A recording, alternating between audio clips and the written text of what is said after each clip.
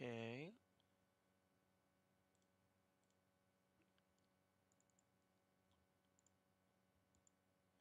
I think we're connected. Audio looks good.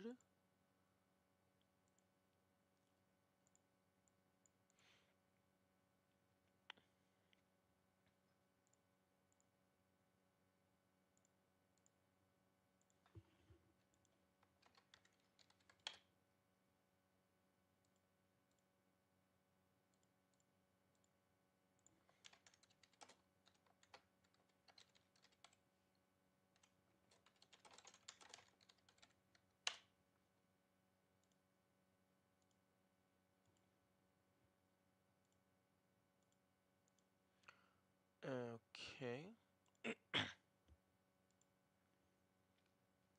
Chat looks good. Messages are going through.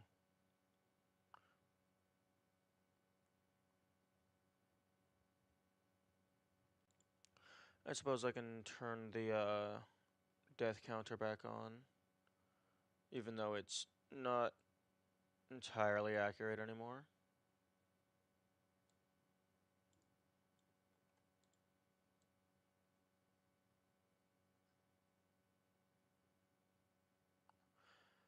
And not sure where to put that. That's good.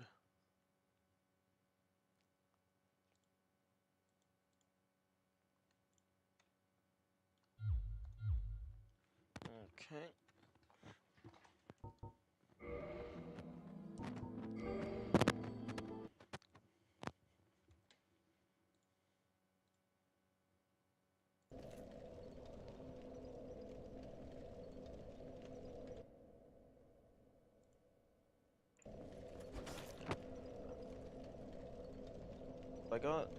Let me check my list of invaders.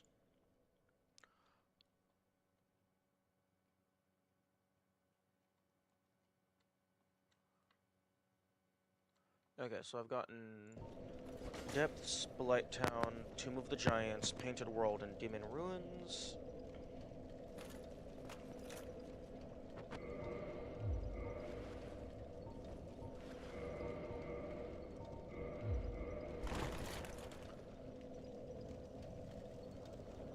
I don't think I found one in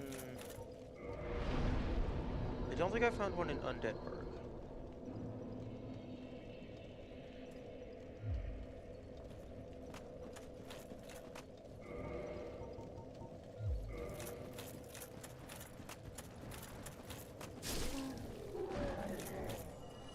Actually, now that I think about it,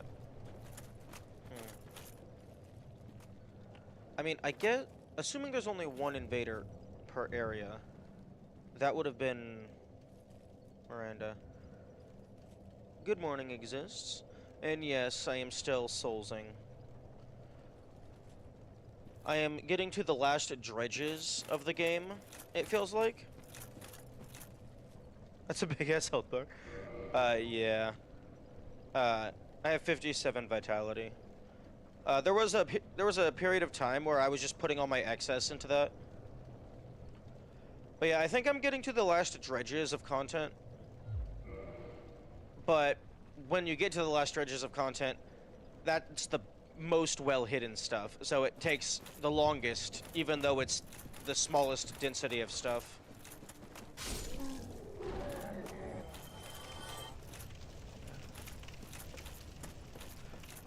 Currently, I have recently,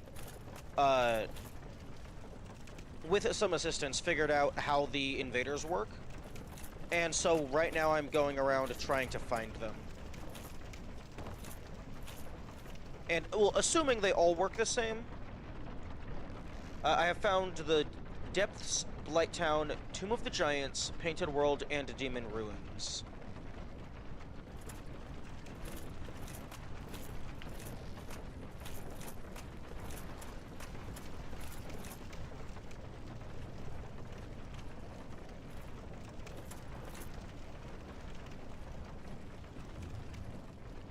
I am also just on the side collecting every single dragon scale I can get my hands on, because I need 80 of them in order to max out the Dragon Covenant, which that's going to take a while.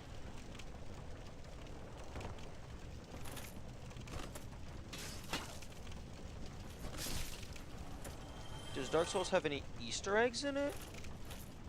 Ooh, probably? I don't recall off the top of my head. Yeah, like outside references and stuff, I get that. Like, there is definitely some comedic stuff. Like, there's some item descriptions and stuff, and just NPC interactions that are more for the humorous impact. Although, just straight up references... Off the top of my head, I'm not for sure.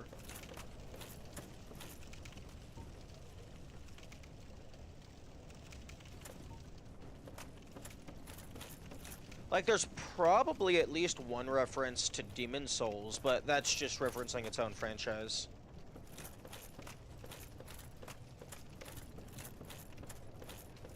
I guess if you count it, the Bone Wheel enemy is, like, I've heard it's a reference to, like, a particularly brutal execution method.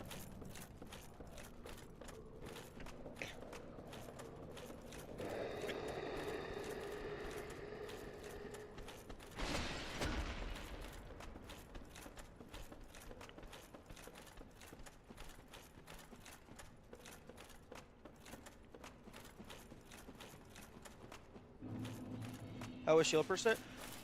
Shield percent was very interesting because early game was quite tough, but then once you get the strength to use the bone wheel, it turns into an absolute joke. Like, especially leveled up, the bone wheel is just an absolute monster. Like, it unironically feels like something that was added as like a partial joke, but then it turns out to be insanely viable. Because, like, once you get it to, like, +5 lightning, it's base 400 damage. But it also has the multi-hit attack. So, like, even if each attack only does, like half damage, that's still base 600. If you land all three. And I don't think it only does half. It probably does, like, 3/4 or something. In which case, it would be base 900.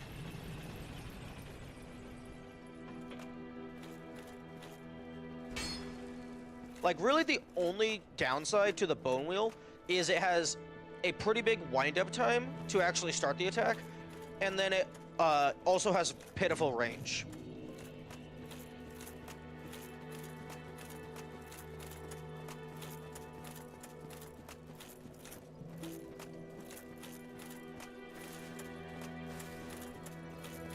I think if I were to go back and do shield percent again to, like, properly record it and stuff, I think I would do exclusively the shield type, so no small shields and no great shields, just because the Bone Wheel shield is too powerful.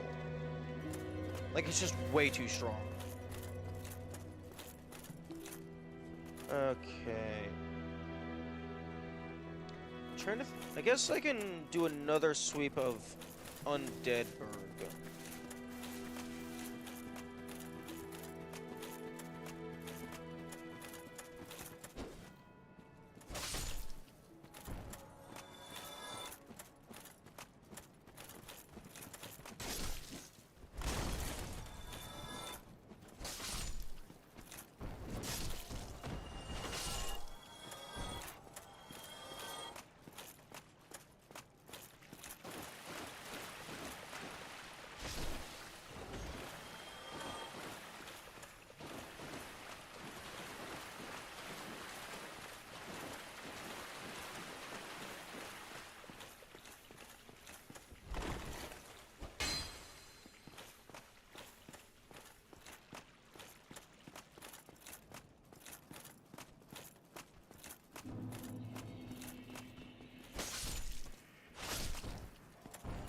Do you have any potential strats for that possible strike shield percent? Because I don't see, other than what I saw outside of Bone Wheel, becoming relatively decent.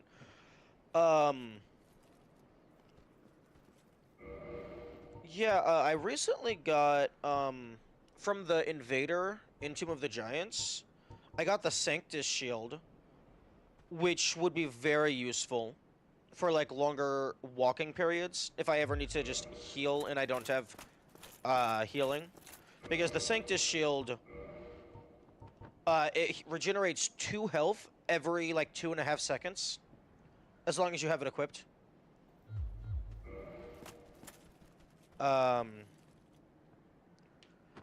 Outside of the Bone Wheel Shield, like, if you don't use the Bone Wheel Shield, you definitely want for the Spiked Shield from Kirk. Because the Spiked Shield is, like, actually intended to be a weapon. So it's more viable than the other things. I think someone mentioned at, max level, it's, like, base 200 something? Although they said at plus 15 it was like that. But in my experience, shields don't go beyond plus 10.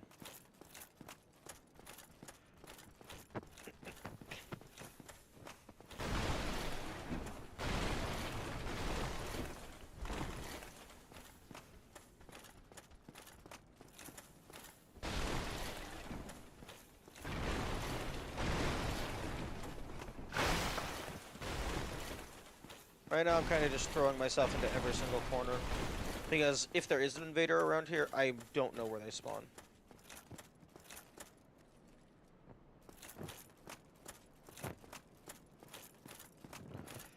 But yeah, you definitely want to get the Spiked Shield. That's for sure. Intended to be powerful and also just... it also has bleed, I believe.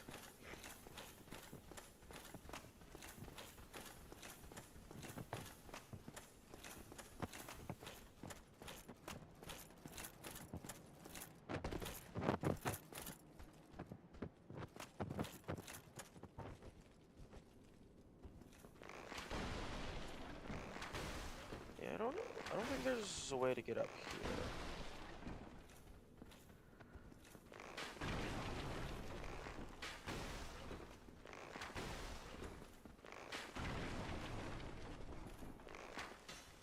Oh right, that bucket doesn't have collision.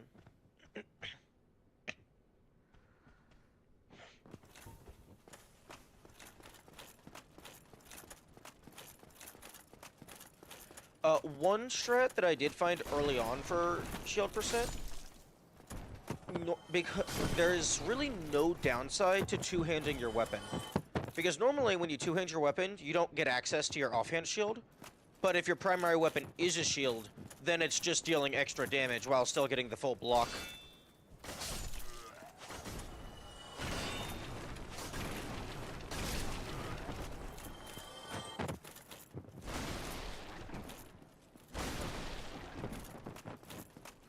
Although, I think one downside of the barbed shield is, unless I'm misremembering, I don't think it has 100% physical. So if you're two-handing that when you're blocking, you're going to have less defense, slightly.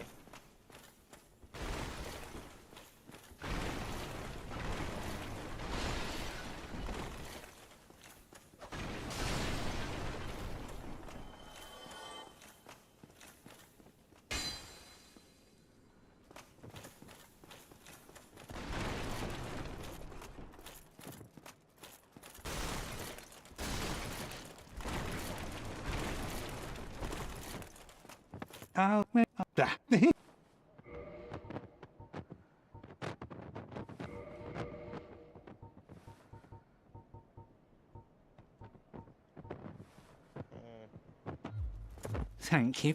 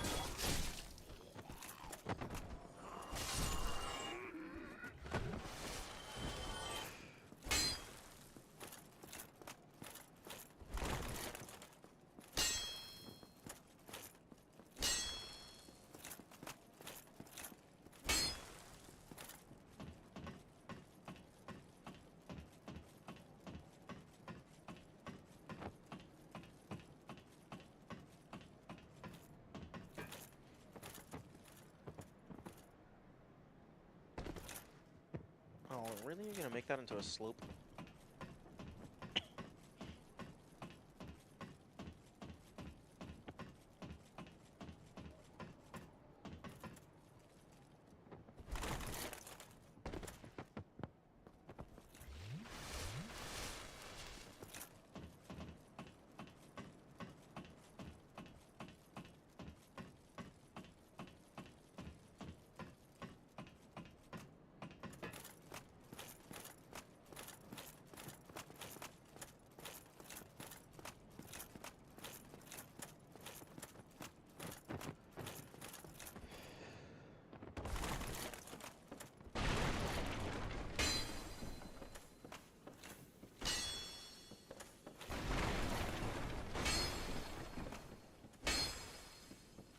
What's the plan after Dark Souls is done? Haven't really been keeping up. Oh, no, that's fine. The current plan... Pull that up to double check my own brain. The current plan after Dark Souls, I'm gonna do a little bit of Talos Principle 2 cleanup, and then I'm going to attempt to do a full, proper minimum interaction run.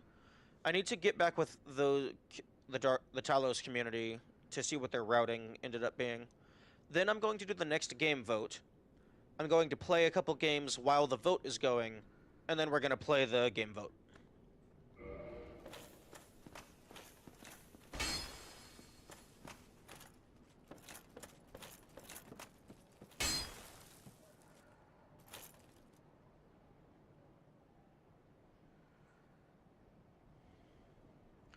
I do want to do a no soul use run of Dark Souls, but I might wait a little bit on that. Like after I beat it. Just give Dark Souls like a little bit of a break and then come back and do that later.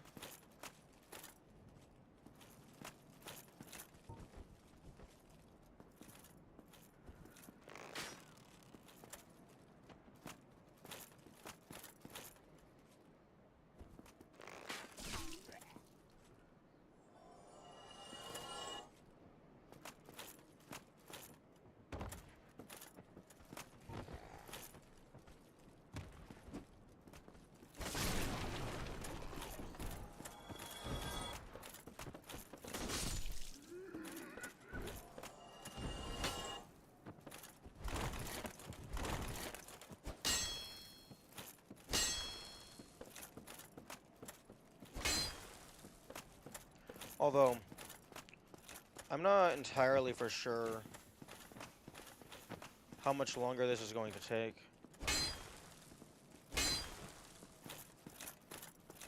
Because we are in, like, the last stretch. Achievements. I have 6 achievements left. 7 if you count the achievement for getting all achievements.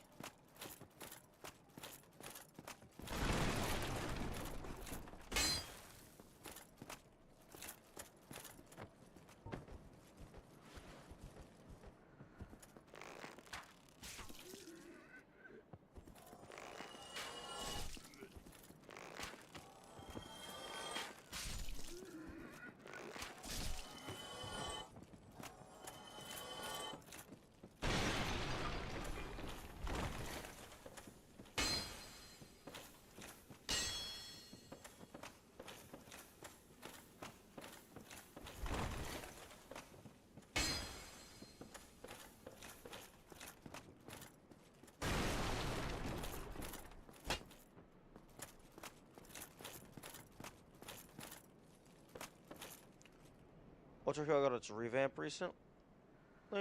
Oh, I checked that out. There was a day where Dark Souls just was absolutely shitting the bed and would not load properly, so I played that for a little bit.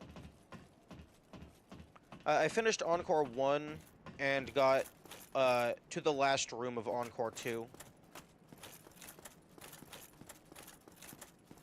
Or I guess E0 and E1, rather.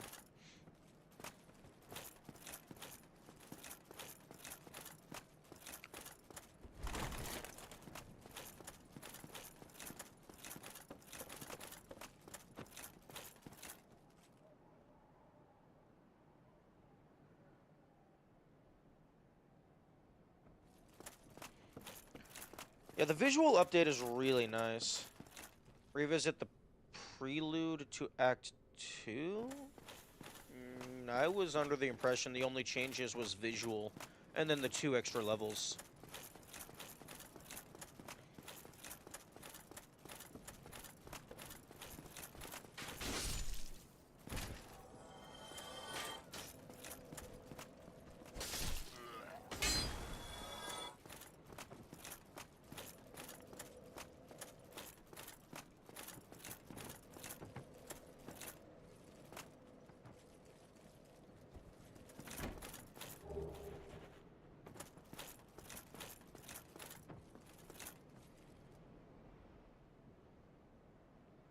Right now I'm kind of just looking around everywhere I can, just in case I see something of note.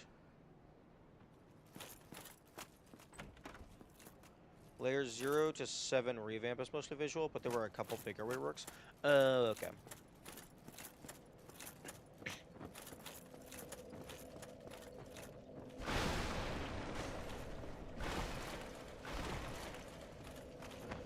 Yeah, to be honest, I'm not sure, like, I'm gonna, like, fully finish Ultra Kill.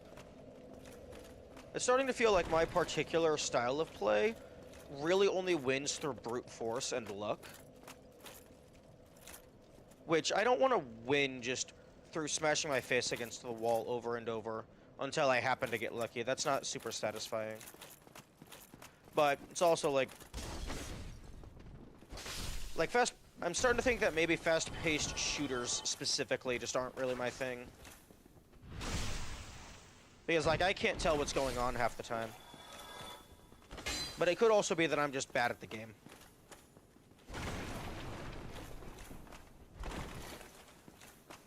Most of the level geometry, but bigger ones are neat. That's cool.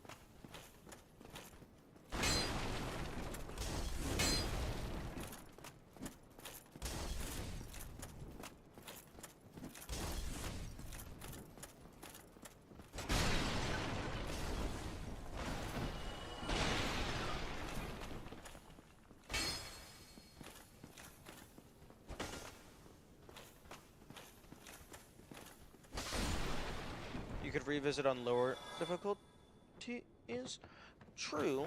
I could do that. But I mean, I'm already on standard, which I really shouldn't be. I should, like, I prefer to play games on the hardest difficulty.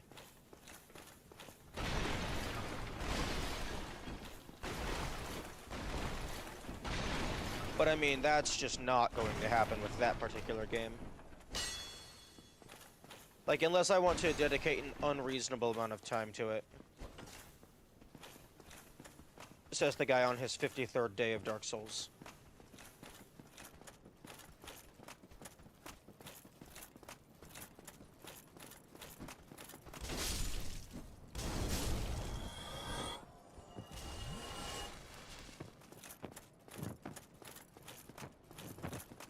Only barely rank prelude on Brutal after a few hours.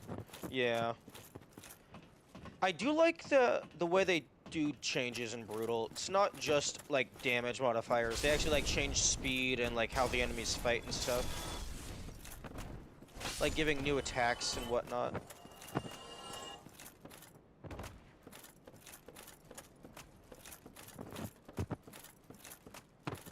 Oh, come on. Give me an invader.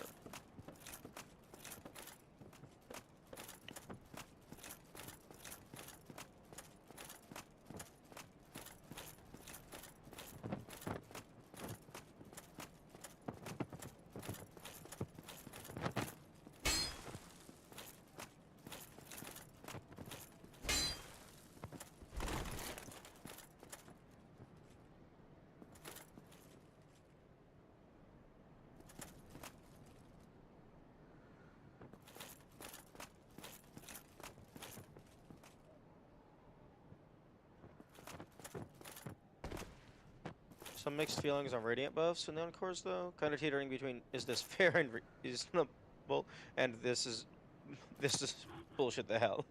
Yeah. for the swordsman in specific, I think it's fine. It's really just, like, faster, presumably more damage. I really like that when you stun them, they get up faster. I think that's a cool change.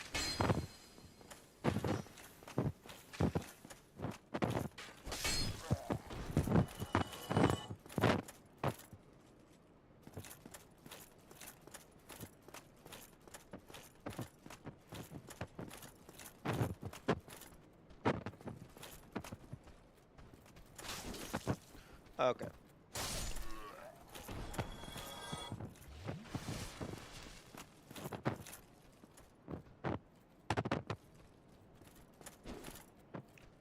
Alright, this lunge attack is not the best idea on single target enemies.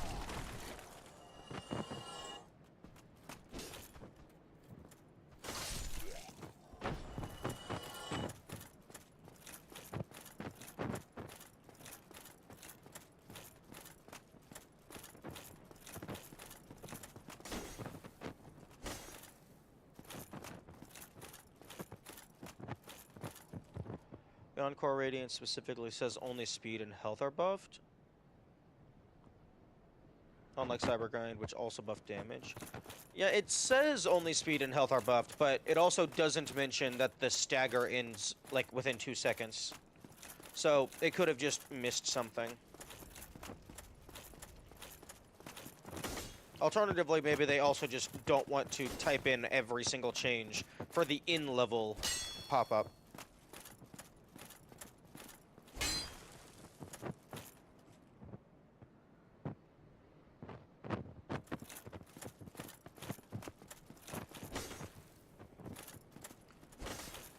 Yeah, I think I only ever got to, like, level 13 on Cyber Grind.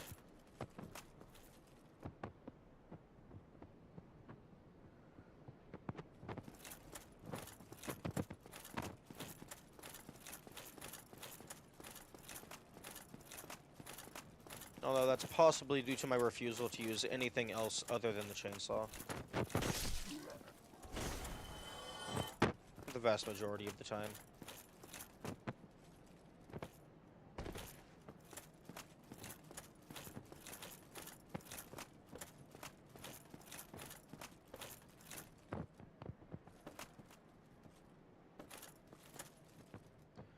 Thematically, though, I feel like the Encores are pretty neat. Reminds me a little bit of Celeste B-Sides with the whole remix concept. Yeah. Initially, I was... Okay, those windows are funny. You can see the, like, mountain terrain through them. There's no building on the inside of those.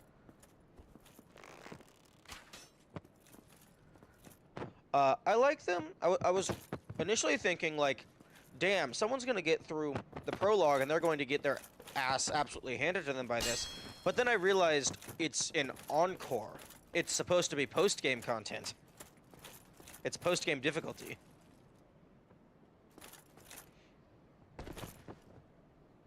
It's a victory lap is what it is.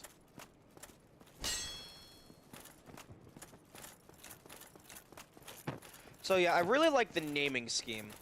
I think that's really cool.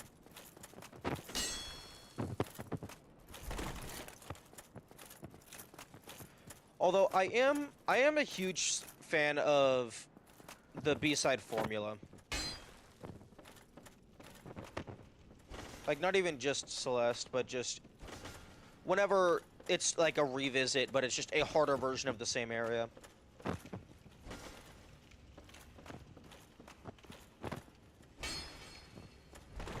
Planned Encore to be in between in-game campaign and prime difficulty?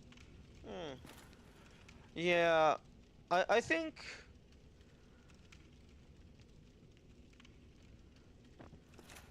I think it might be a little bit beyond prime difficulty. Although that could also just be specifically the last room in E1. That one just particularly counters my playstyle.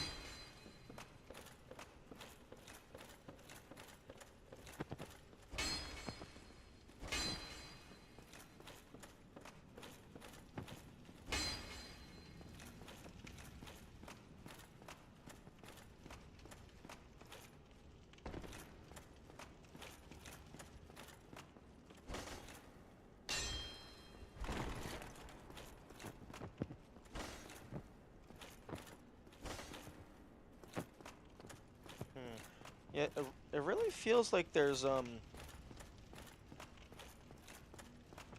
no invader in Undeadburg.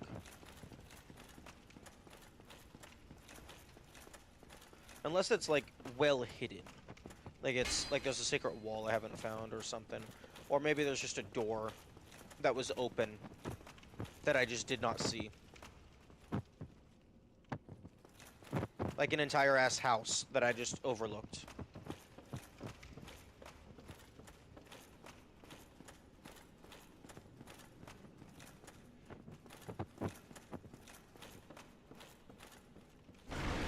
Like this tower in particular feels like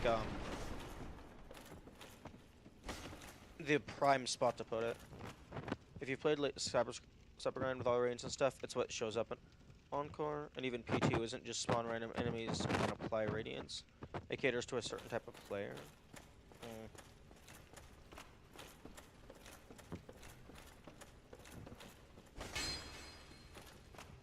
Yeah, I haven't played those levels in a while.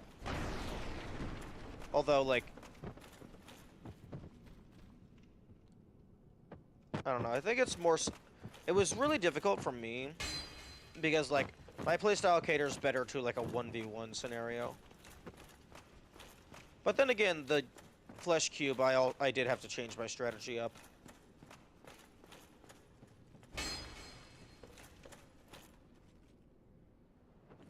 Oh, right, fine. Take this shit off, just in case the stealth rings make it so that stuff doesn't spawn.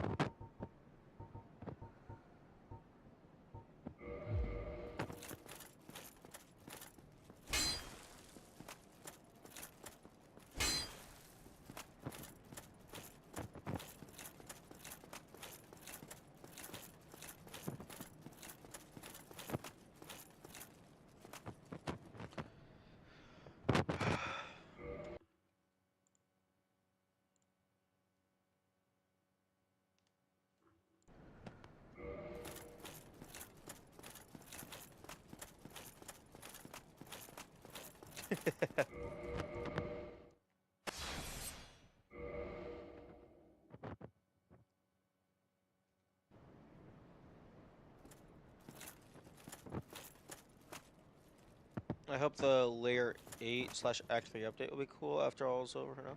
Well, I mean, the game is still in early access. They can change things about the Encore levels if they want. If they want to balance it to be slightly easier.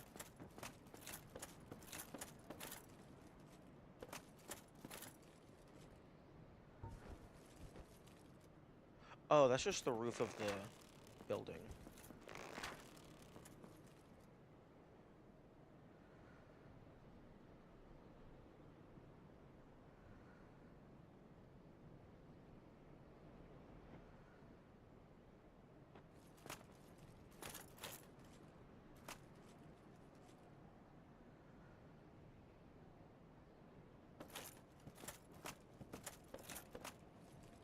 They already nerfed the Radiance buff factors in the first patch on the higher difficulties.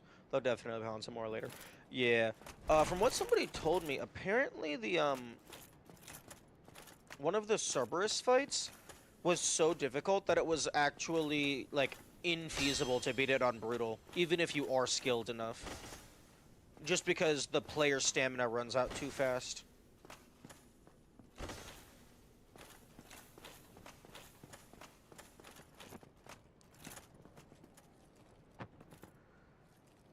Oh, that's an interesting shortcut. Oh yeah, no, that's definitely faster. If you can get past the Black Knight... Oh yeah, no, that's definitely faster. To just jump down to that platform. I don't think you can just jump down to lower Undeadburg, unfortunately. Although I feel like it should let you do that. Because it's not like it's a soft lock. You can still die and there's no bonfires. But then you can also just make your way all the way through. Get to the get to the fucking depths entrance. And then you just open up the tunnel in the tunnel to get to Firelink.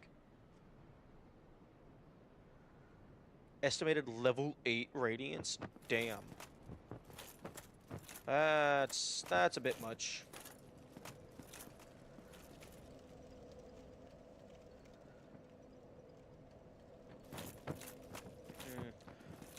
Okay, yeah, it definitely feels like there's no invader here.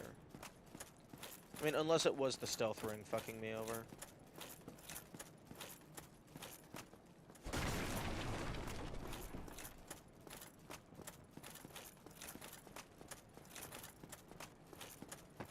Or I just didn't hit the trigger.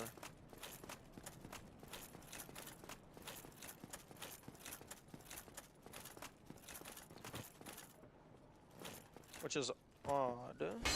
Because personally, I would have put an invader in every single area.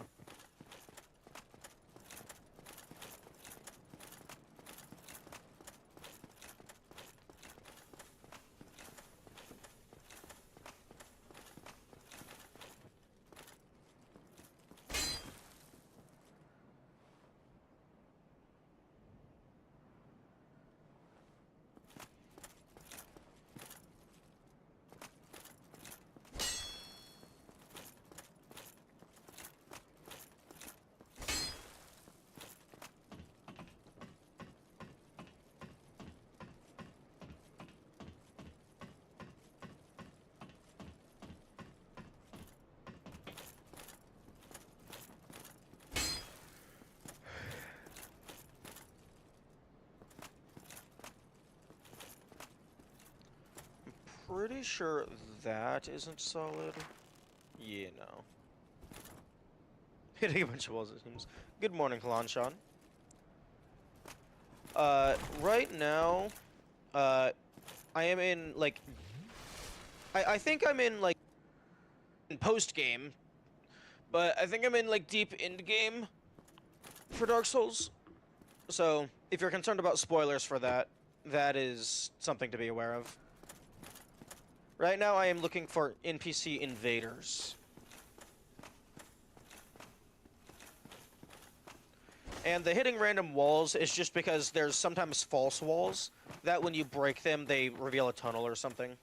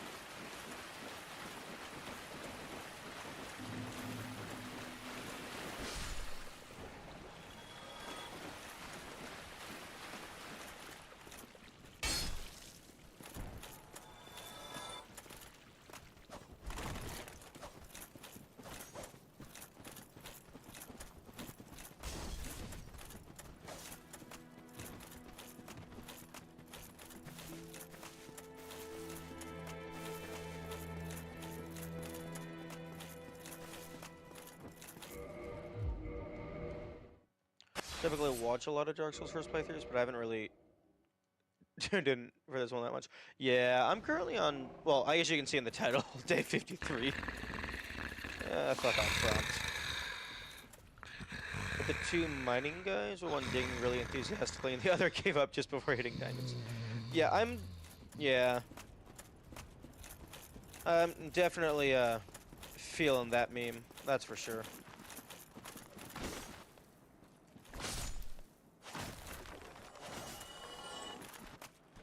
Literally every time I tuned in, you're in the middle of, like, 15 minutes of menuing around.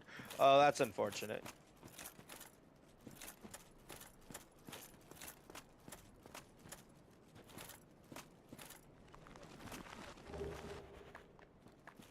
Okay, don't need that.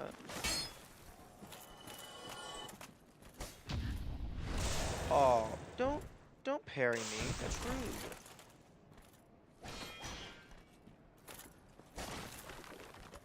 See, that's what happens when you parry me. You get thrown off a cliff. But yeah, right now I recently, with some assistance, figured out how the invaders work. So I'm trying to, find those.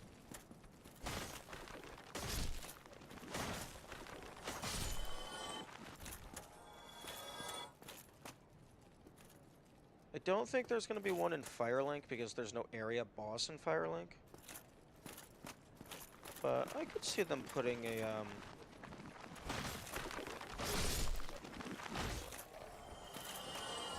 a, like, just some extra secret path that I haven't found. Because I haven't thoroughly explored the graveyard.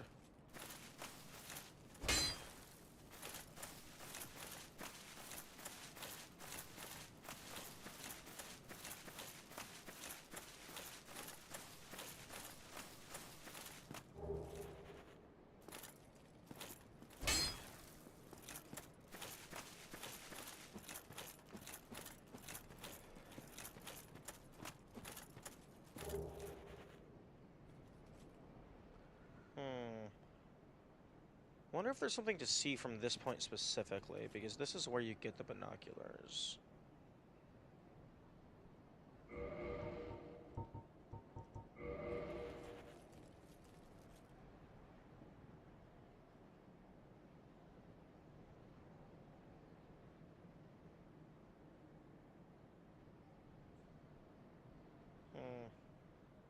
I guess it's just like to give you a view.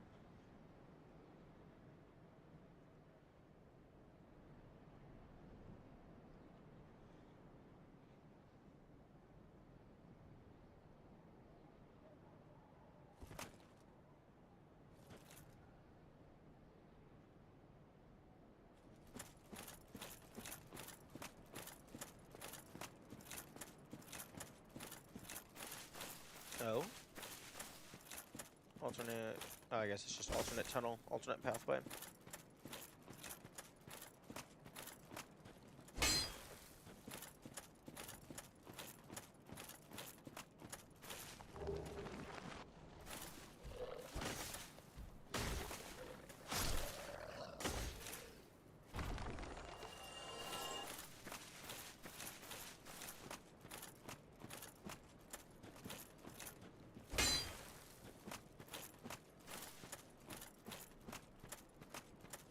Although it could just be that there's just a random singular grave somewhere that just has an interact prompt on it. And then you press it and it opens up a tunnel. Turns out the grave was a button the entire time.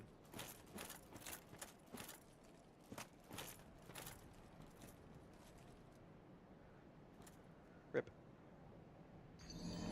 I feel like that shouldn't have started being slippery just yet.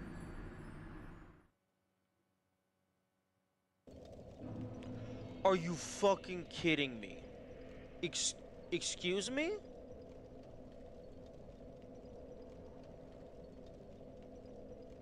Oh, did I seriously not rest at any of the bonfires?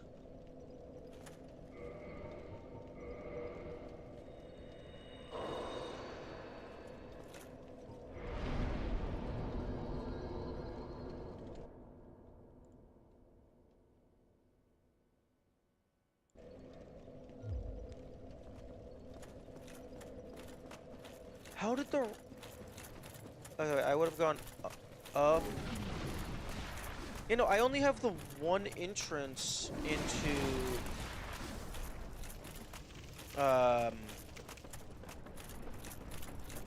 Undeadburg. When I was leaving Undeadburg, the enemies were respawned.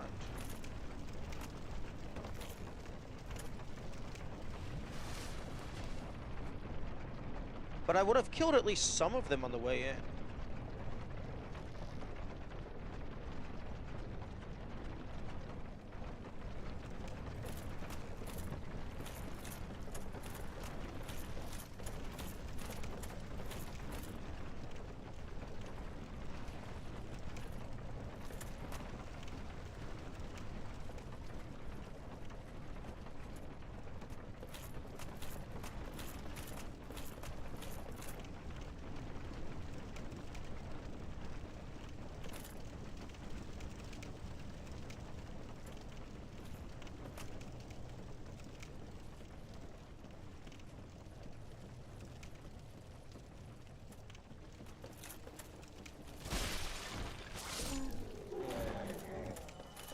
Very interesting.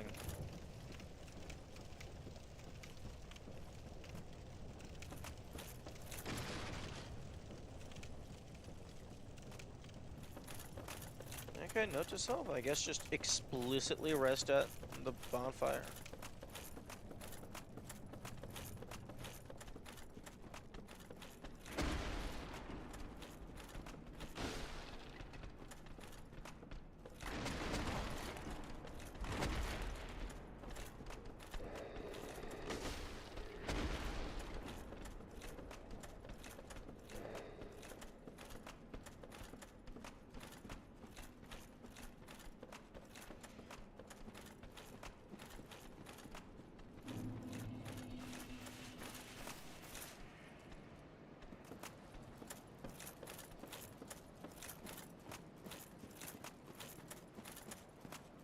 I also ran around the forest,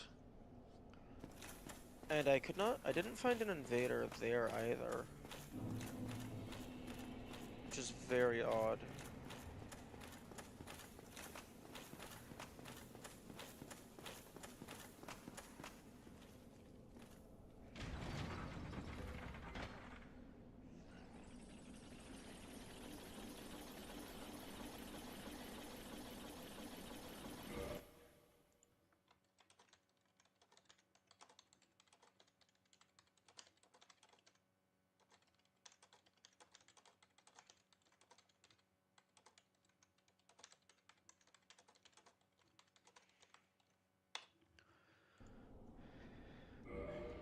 You've gotten through the forest and hit every tree. No. No, I haven't smacked every tree, but thank you for putting that possibility into my brain. I really appreciate it. I've killed the 2 living trees.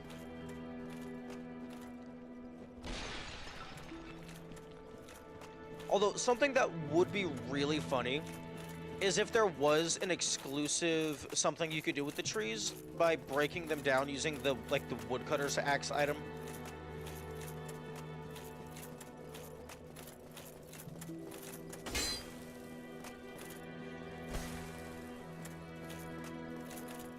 I'm actually really surprised that so far there has not been... The game hasn't given me a ring that makes it easier to detect hidden walls. Like, that feels like something that would be, like, just an obvious thing to include.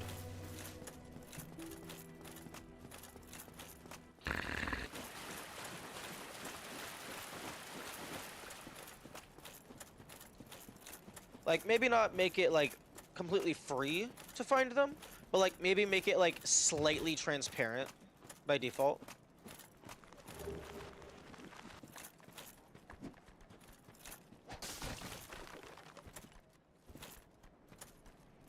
If you have the ring equipped, it's slightly transparent.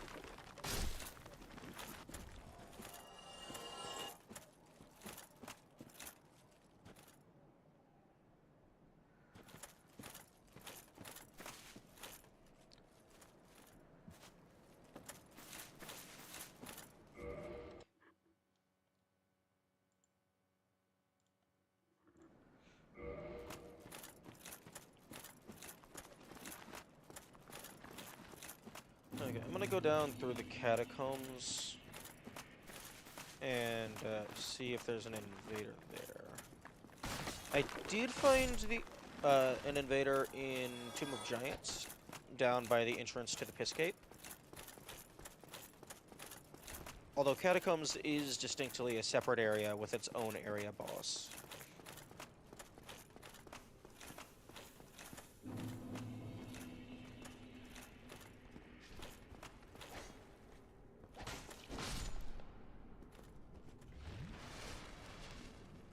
Okay, respawning, right? I can just run past everybody until you take out the necromancer.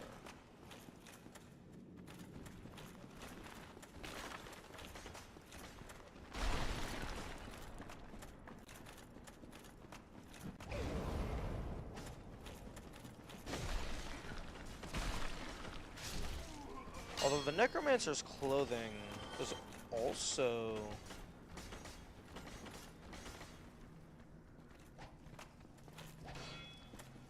an outfit that I do not have.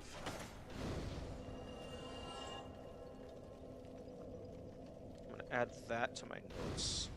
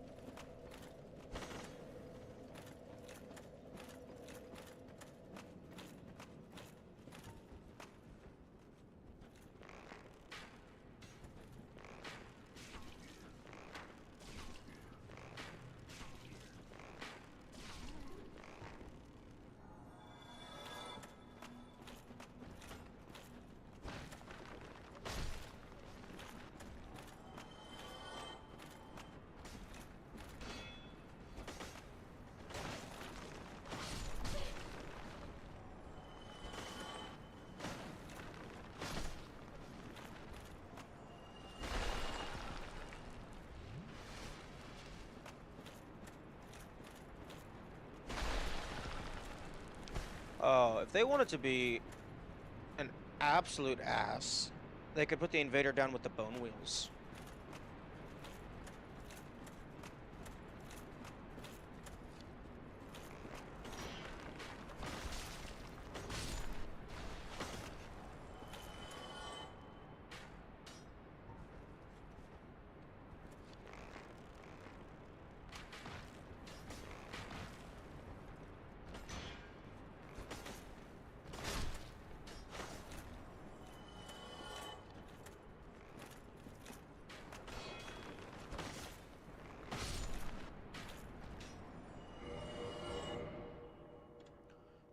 Okay. I'm just gonna pull up my save folder.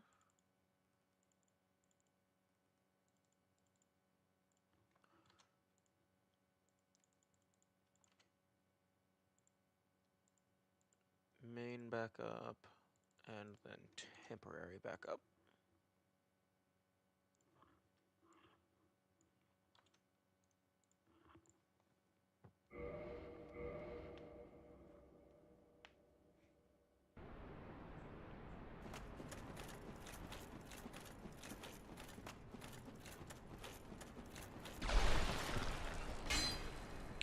I don't really know how the invader works. What indication do you have of where they could be, or if there's any left? I currently do not have any indication of how many there are. But currently, to my understanding, an invader can spawn if three conditions are met. One, you are currently human, as you can tell from not being hollow, and also your humanity counter is glowing. I don't actually need one humanity up here, I just need to be human itself. Two, the area boss has not been defeated just yet. And then three, you just have to go to where the invader spawns. So far, there is no indication of where an invader spawns, or like how many there are total. I have currently, if I pull up my notes here, I have currently found 5 of them. 2 of which being Kirk.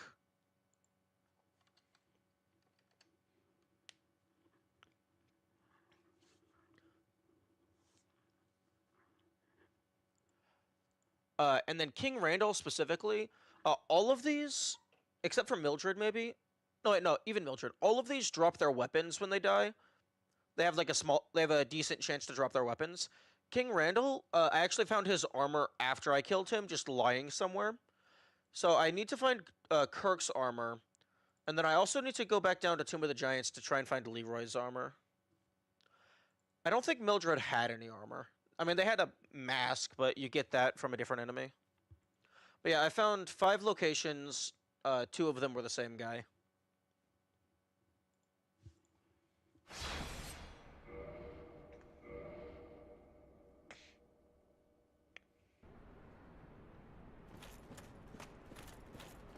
But yeah, when they spawn, it's kind of just you walk into the area where they are, and then they just appear.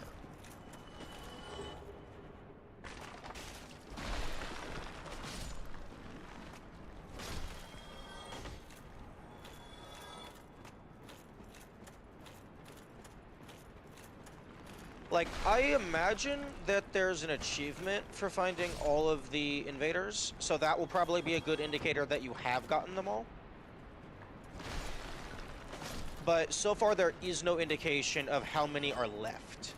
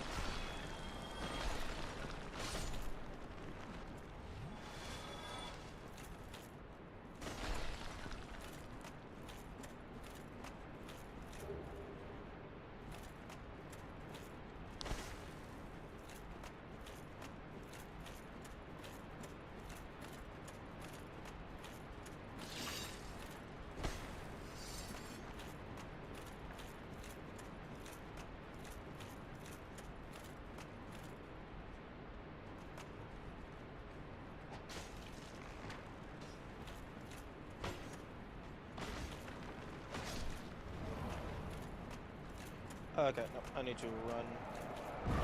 Because these guys respawn, so I just ignore all of them. Grab this.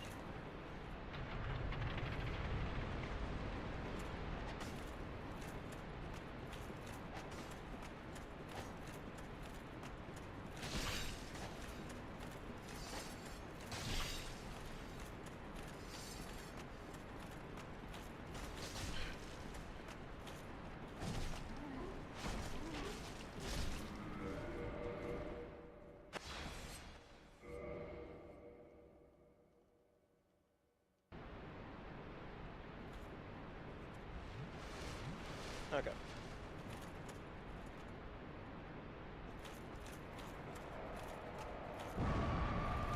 And I was prioritizing killing that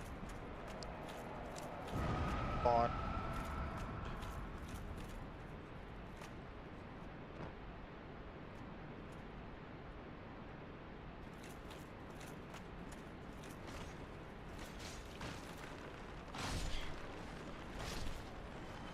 Well, specific skeletons.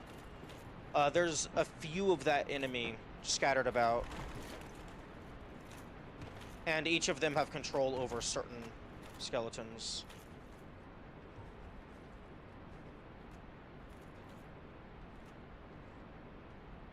Right. Or they can just jump off a cliff themselves. That makes my job easier.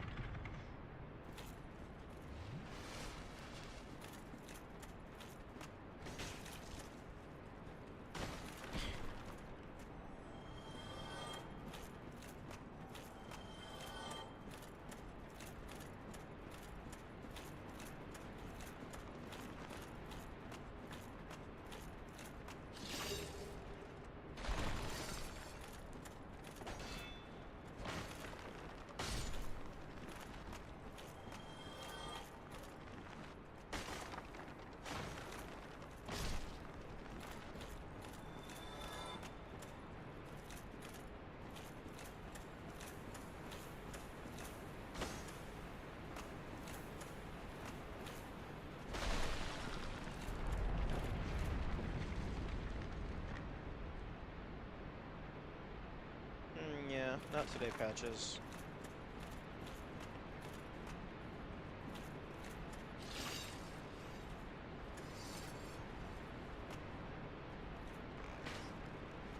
Interesting. Okay. Very interesting. Okay, so that's to arrows.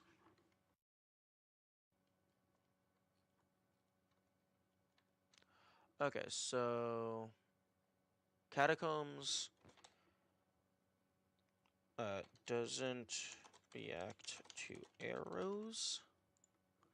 Very interesting.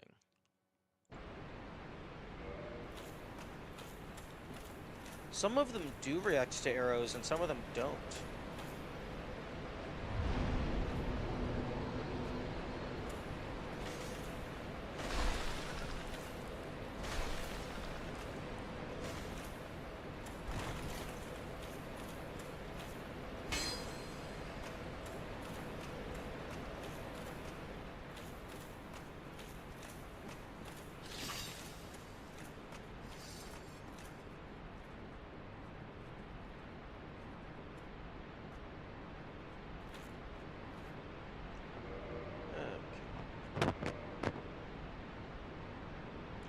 Do I seriously not have the Dark Hand equipped? I'm dumbass.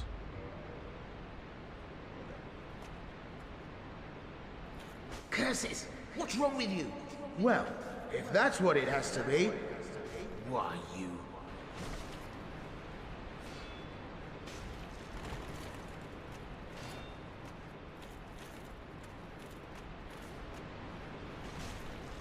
Curses! How in the... What did I do? What? Okay, well, I guess I can... This is the first time that I have killed him at this location. I can test to see if that affects the Way of the White quest line.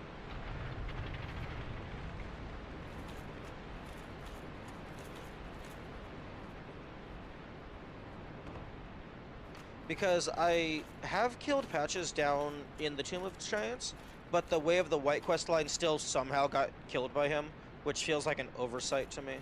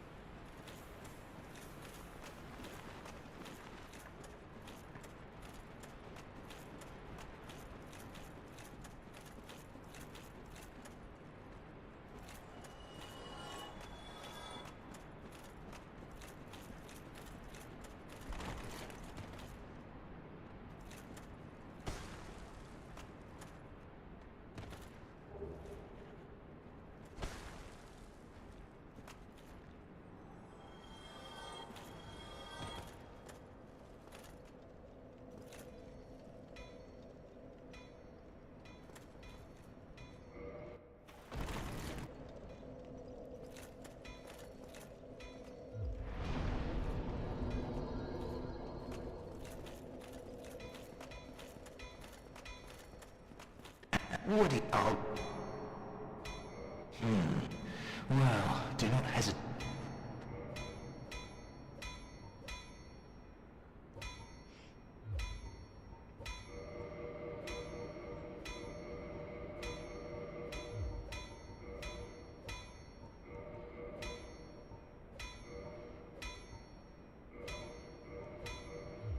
If that'll be all.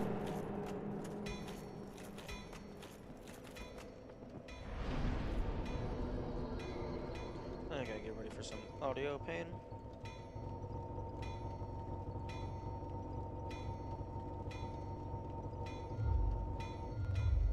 Okay, keep that one, keep that one. Put that away.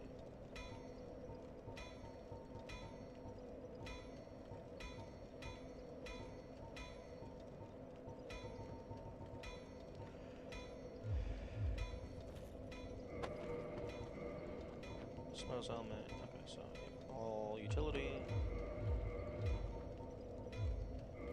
Give me the dark.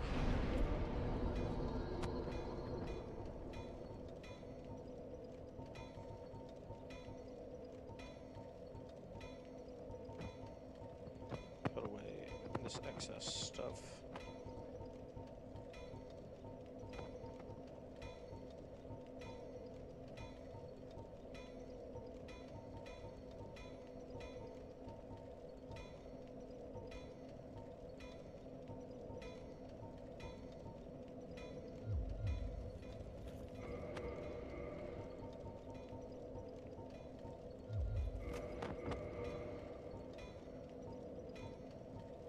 Okay, that all looks correct. Actually,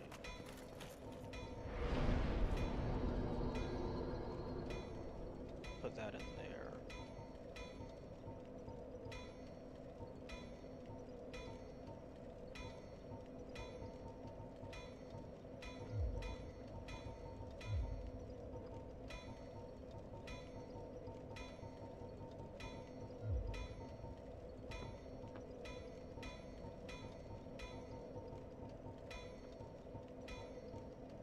Ooh, I still need to get the copper coin.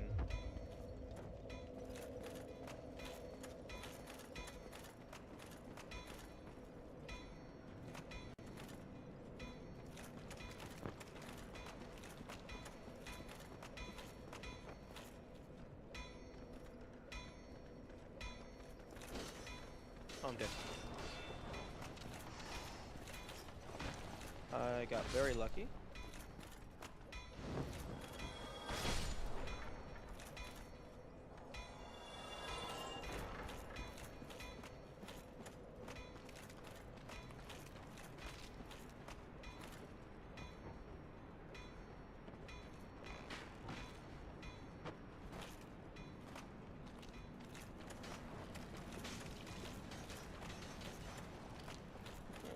I feel like that should not have hit me.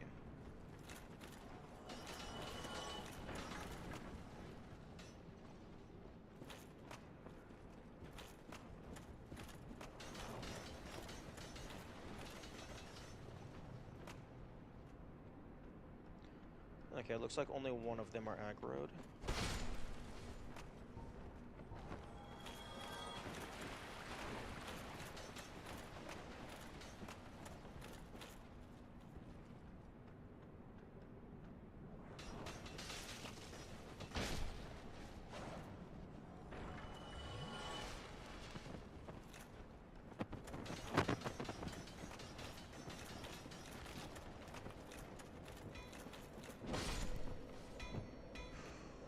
That... Free bone wheel. Okay, that should be all of them.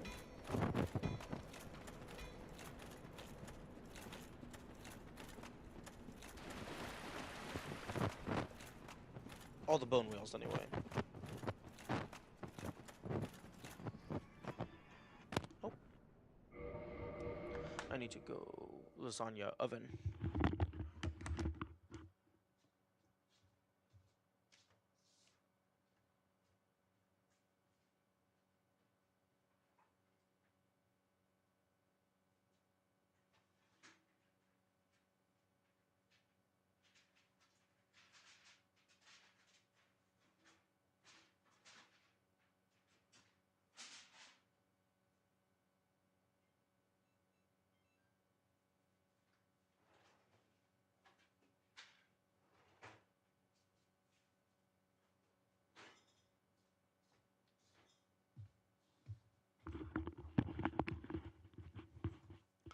Okay, I am back.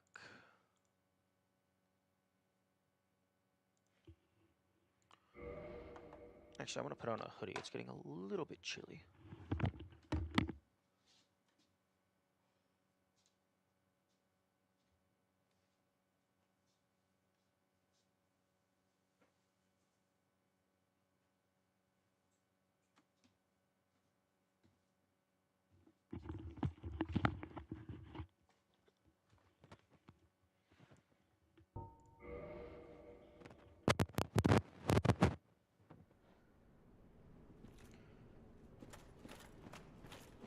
Okay, I'm gonna run down this hallway just to see if anything spawns in it.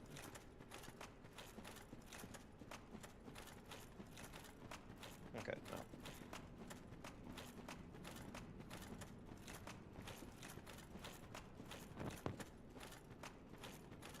Actually, now would be a very good time to back up my save file.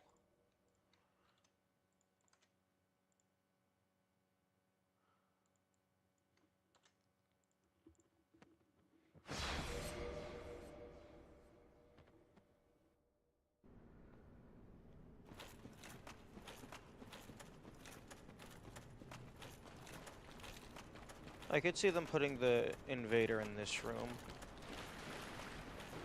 Just to be really mean.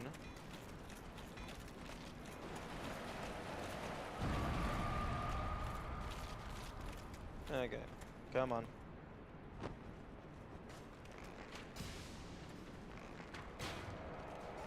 Oh, fuck you. Okay.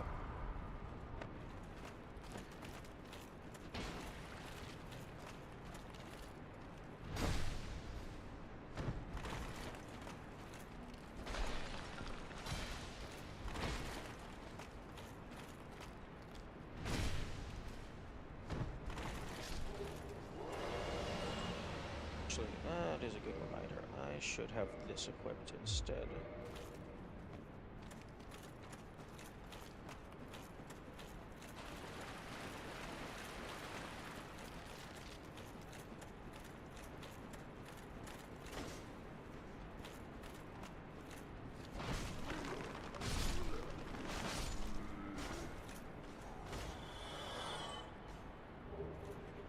Neat. Oh, that's interesting. I killed the skeletons before he died, so they did not give me any money. But then I killed him before they respawned, so they don't respawn. So I don't get the money from them anyway.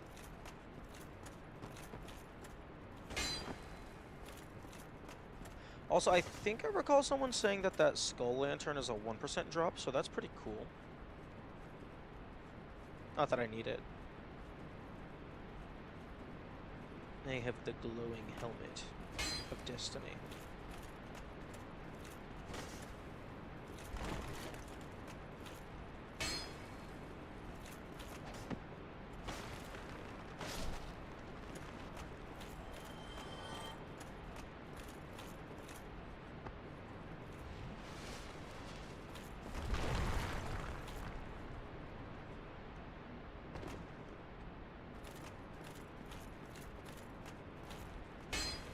I still find it very odd that this isn't a secret wall. That's like the perfect spot to put a secret wall. Because it's like, oh, you got these 5 slots, but one of them doesn't have the coffin.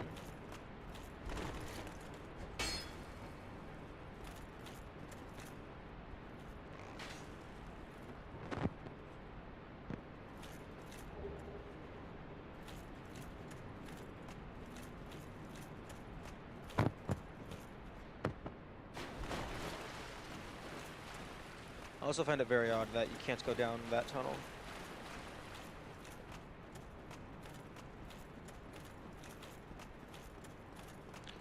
But I suppose that's what happens when you don't have a crouch button. Yo, I should add a crouch button to my game mechanic ideas. Because you love a good crouch button.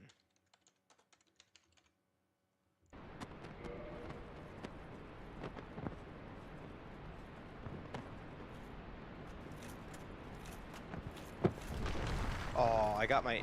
I was trying to be cheeky. I wanted to roll out of the way in time.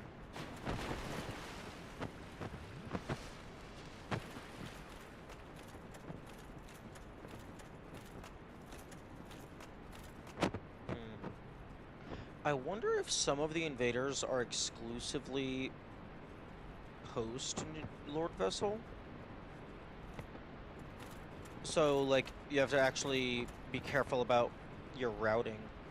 So it might be better to try and get there by killing the fewest number of bosses possible. Which I believe that would be K-Log for Lower Bell. Using Master Key, you can get directly to the gargoyles for the Upper Bell. And then you technically don't have to kill the Iron Golem. Through like some glitches from what I hear, but that's definitely not intended. So, K-Log, Gargoyles, Iron Golem, Ornstein and Smell. So like 4 bosses minimum. They're like intended things.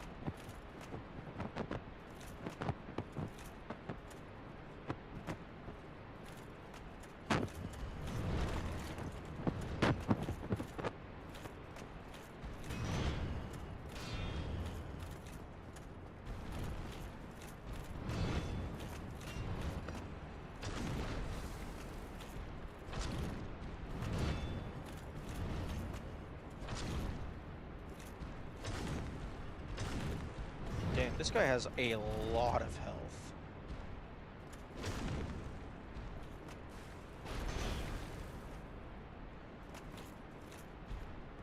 Yeah, it might be better to go for the strong attacks on this guy. What the fuck was that? Excuse me? What the fuck was that attack?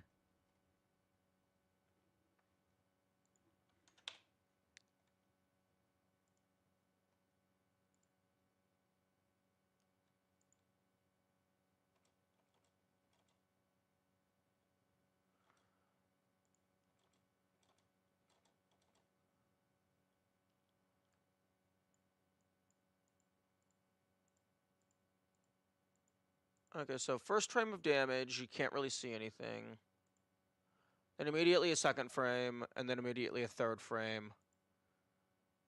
But I'm behind him.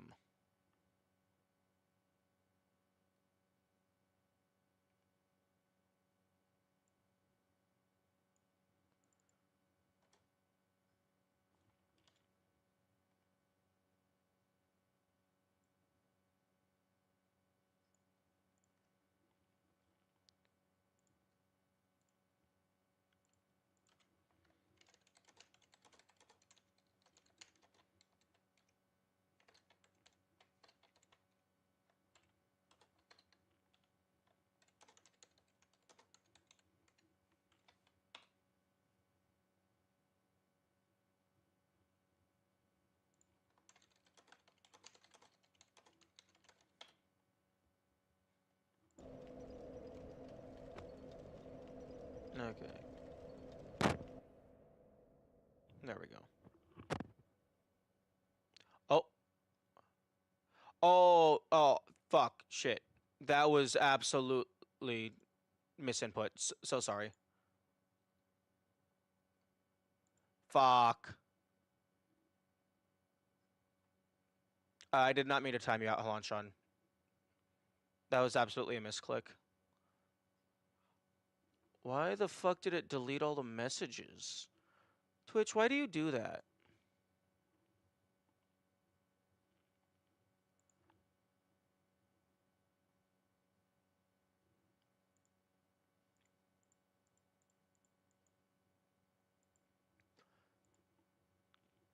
If I time someone out, I don't want you to delete their messages.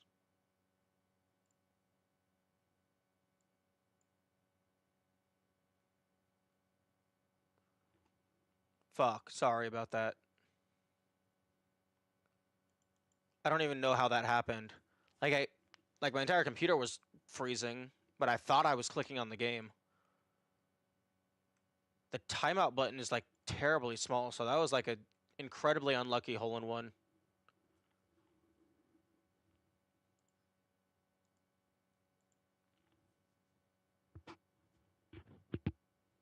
Okay, looks like they might not have been in the chat at the time. So maybe it didn't impact them. Also, YouTube, what the fuck are you talking about not receiving enough video? Was it because I had like 2 seconds of external lag?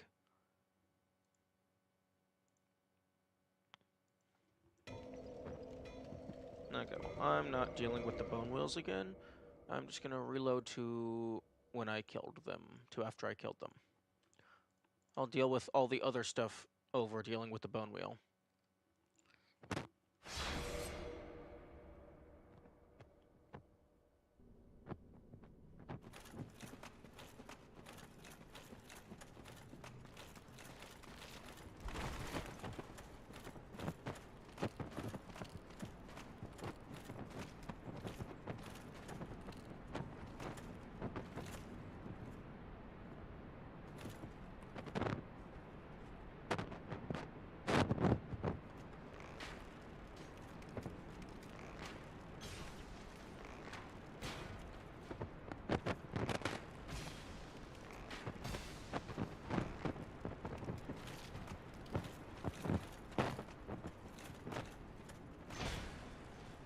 Right. I forgot these guys have infinite air mobility.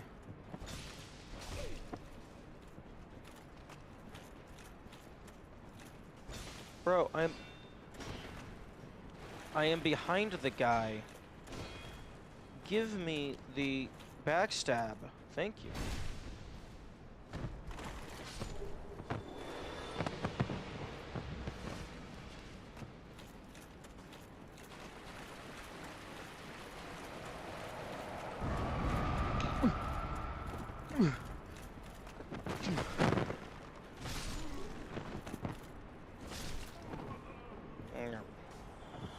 Oh, I don't get the torch, the lantern this time. Okay, YouTube, are you still throwing a fit?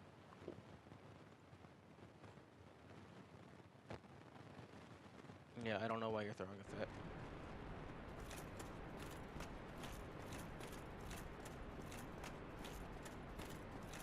Yep, nope, video looks good to me.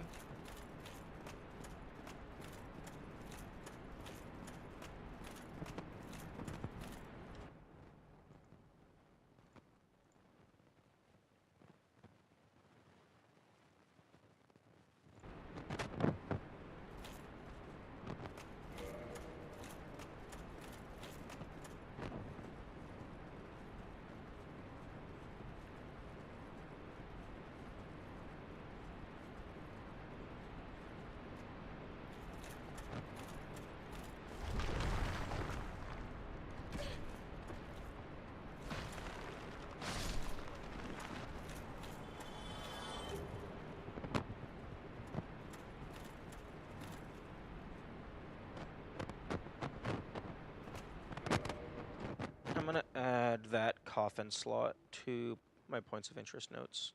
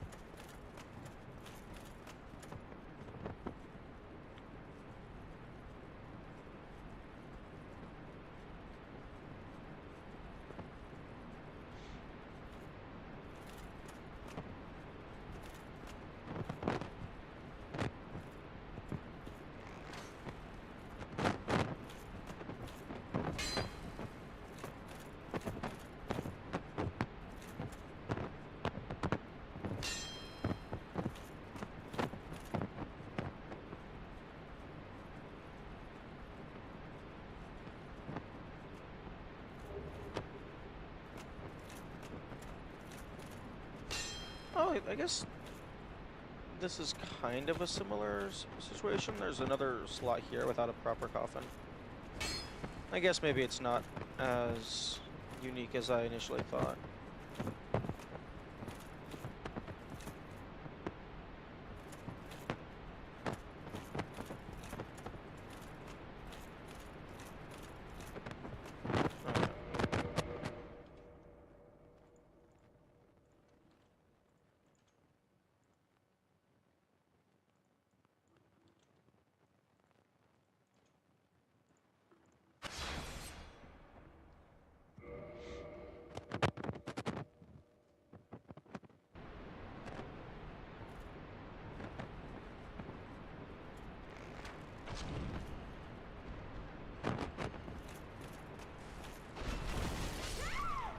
What the, like, actually, what the fuck? That is, okay, that is a horribly designed Like, you should not be getting hit 3 times, frame after frame, from one attack.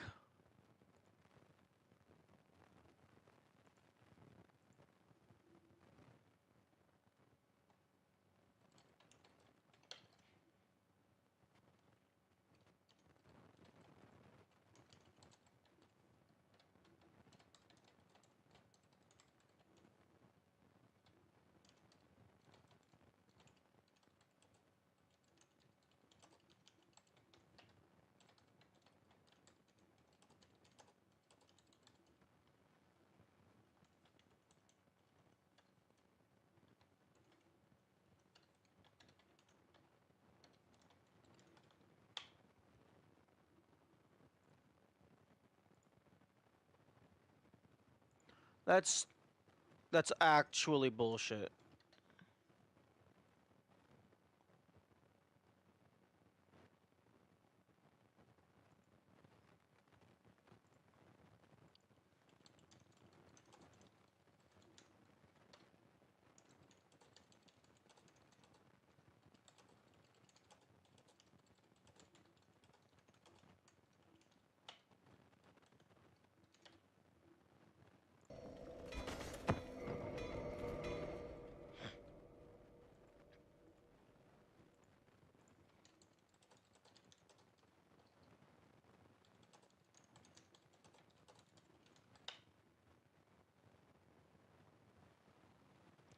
Okay.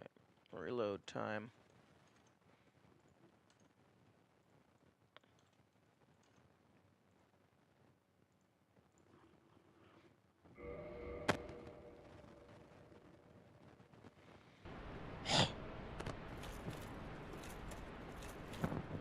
Actually, hang on. Idea.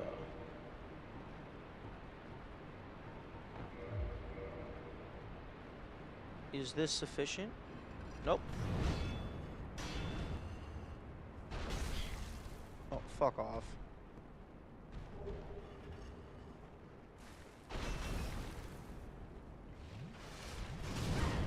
Right, I forgot that there is nothing over there.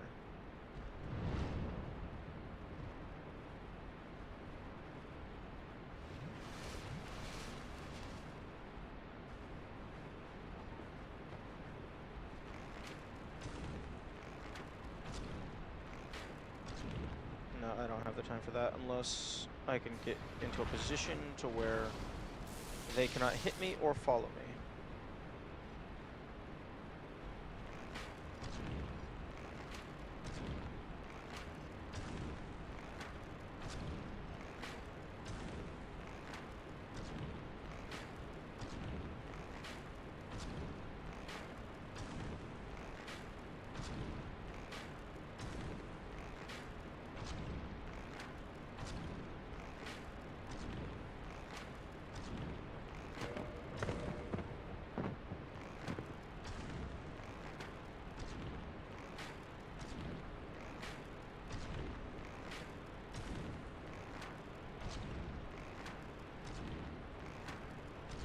Damn, is this guy immune to poison or something? I want to get the poison off and then start using my stronger arrows.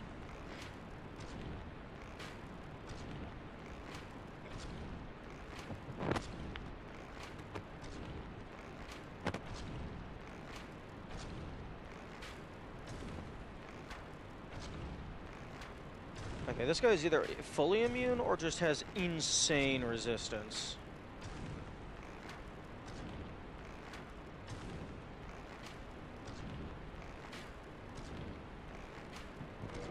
Maybe they take more damage from fire? Yeah. Okay, well. Give me the Hawk Ring.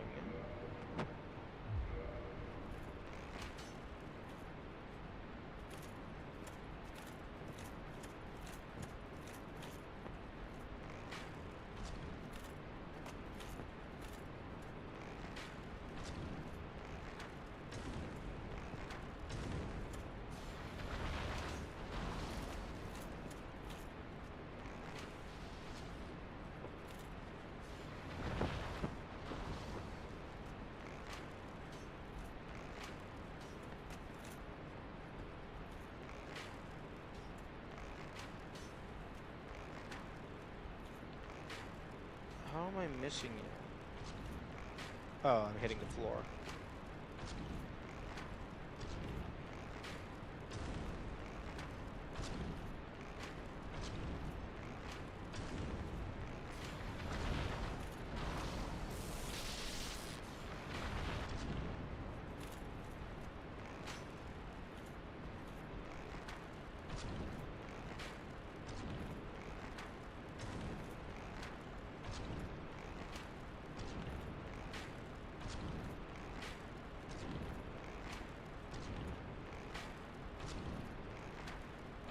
I need to buy a lot of moonlight arrows.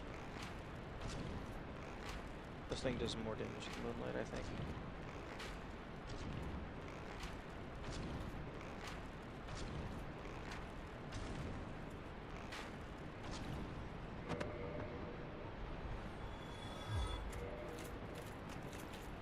Please give me your catch pole. Oh, interesting. The transparency effect takes priority over the item effect. Oh. I want your catch pole.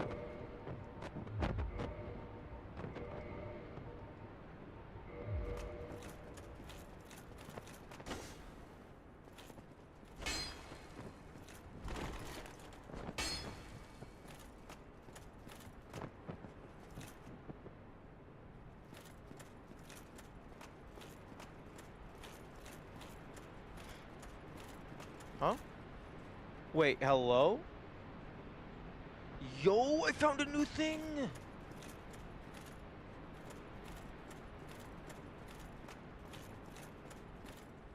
Yo, true, I guess all the other ones are either fully in, or they already have an occupant.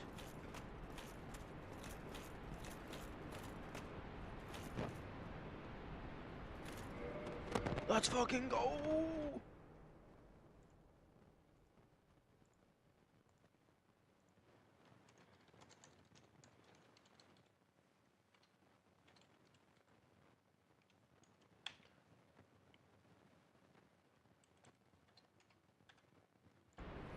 Let's fucking go! Time to die.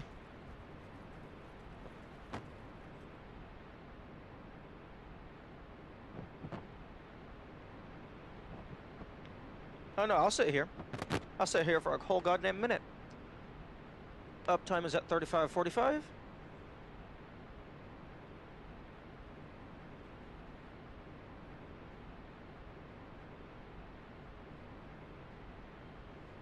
Okay, I will get out because I want to go grab my lasagna.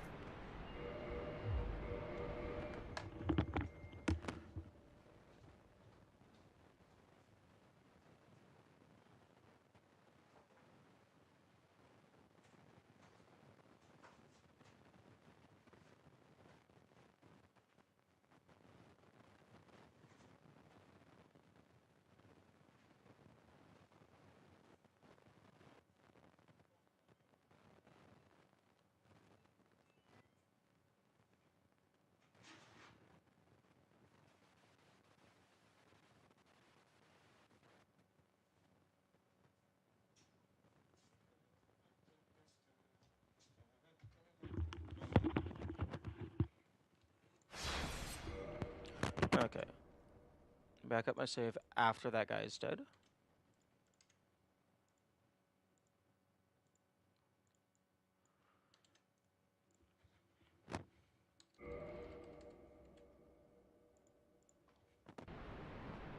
Okay.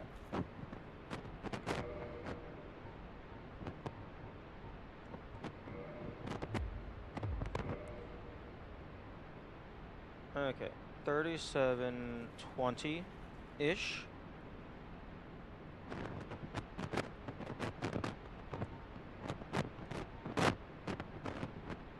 Good morning, Woe. I have found a wonderful place to take a nap. Although, slight unfortunate joining spot because I am going to lay here for the next 5 to 10 minutes. If nothing happens. Oh, there we go. Yeah, 30 seconds. Looking up at the ceiling. Are we gonna get grabbed?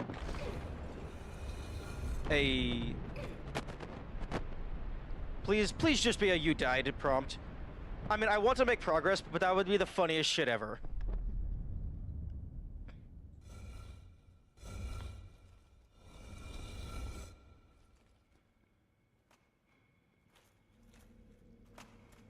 Wait, yo? That's the Nito arena.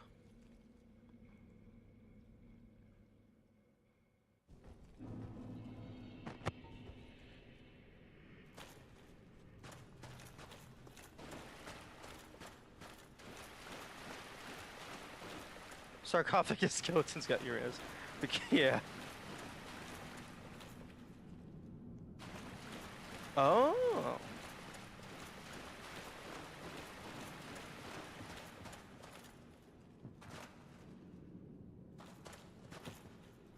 Oh. Okay. A little bit of a preview.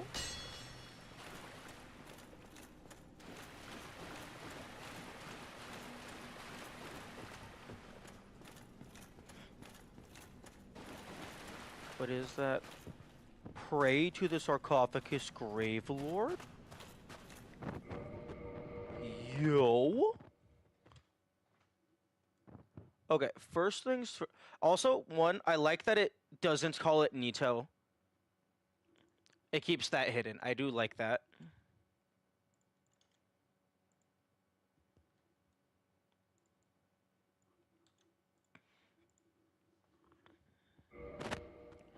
Slightly hinting at the Nito correlation by saying neat in a previous message. My spoilers are either incredibly direct to the point, they must be jokes, or they're this obscure shit. The neat was less obscure because it was the first word in the sentence. If you were like, that is a neat coffin, but neat was still capitalized, that could have been a better... I mean, I guess if you're trying to give the information, it would be better. Okay. I was curious if this would be a way to preemptively kill Nito, if you could aggro him.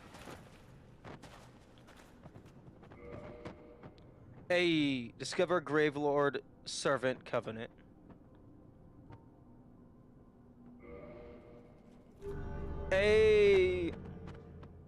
Skipping tomb, please. Gravelord Sword. Miracle Gravelord Sword Dance. Yo! We got new things! We got new things! Time to update the notes as I sings. Okay. Wait. You said you wanted a sword like 2 weeks ago and I just smiled. Nice. I'll be right back.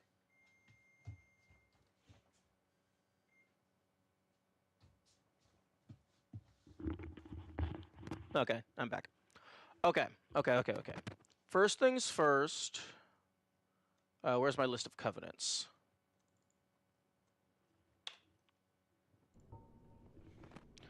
Gravelord Sword, Miracle, Gravelord Sword Dance.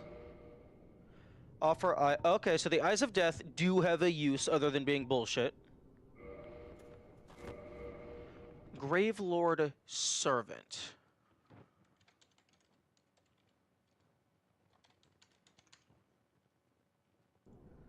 Mega yippee moment, indeed. Okay, I guess I have 4 Eyes of Death. Let Gravelord Sword Dance just be stabbing into the ground, inflicting toxic. I would love it if the Gravelord Sword Dance, just, you stab your blade into the ground, and it just automatically swings a sword up into everything. Like if you have a horde of enemies, it just brings 12 blades up, hitting everything. That would be beautiful. Although I do find it interesting that it's a miracle. Chaos Storm but knives? Yes, that would actually be amazing. Although, given that it has 40 uses, I'm guessing it is Chaos Storm but knives. Because something this powerful with 40 uses, no, that's going to be a multi-use. Although, the parchment is faded and white. It's not yellow. Miracle known only by the servants of the first dead, Gravelord Nito. It has no parameter requirements. Giant Gravelord swords jut out in vicinity. Nito sleeps deep within the Tomb of Giants, quietly overseeing all death and waiting for his servants to usher in the eyes of death. The Eye of Death. Yeah, this is made out of bone meal.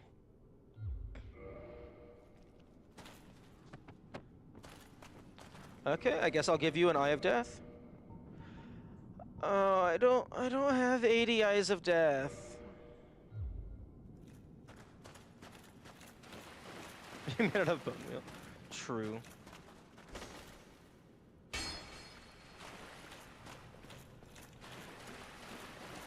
You know, that would actually be really cool if all of the four lords had a secret hidden way to kill them to get the Lord Vessel preemptively, or to get the Lord Soul preemptively.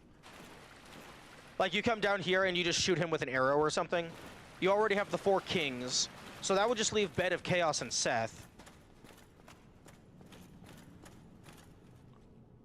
Like, Seth, I could see it being... Well, I guess, Seth, you already have to have access to Anor Londo. I actually don't know what this miracle does beyond Faded Memory. This will be interesting to see. Yeah. I don't want to give him the eyes yet. I think I might have some in my box. So...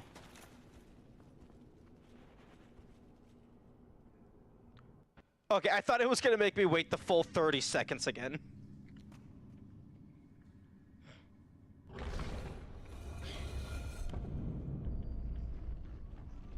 Oh, hang on. One moment.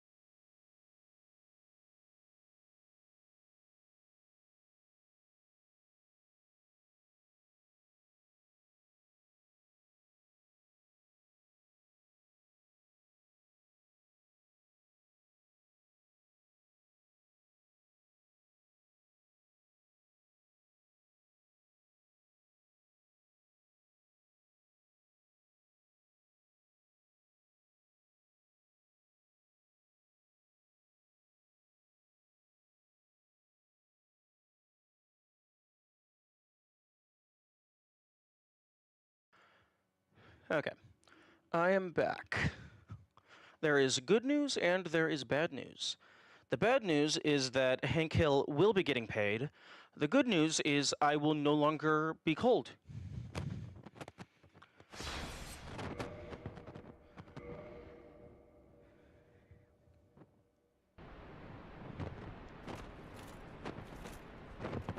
If it works, it works, indeed. And unless I'm overlooking something, my finances should be good. Little touch and go for the next couple weeks, but we should be fine in the end.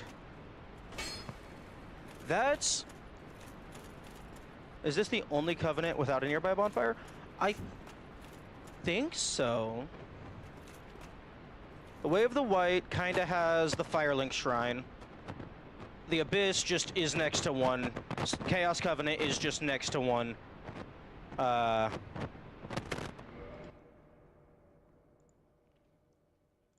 Princess Guard is next to one. The Dragon one is yeah, like, I guess Forest Hunter Covenant, but that's like a slight walk. This is definitely the furthest away.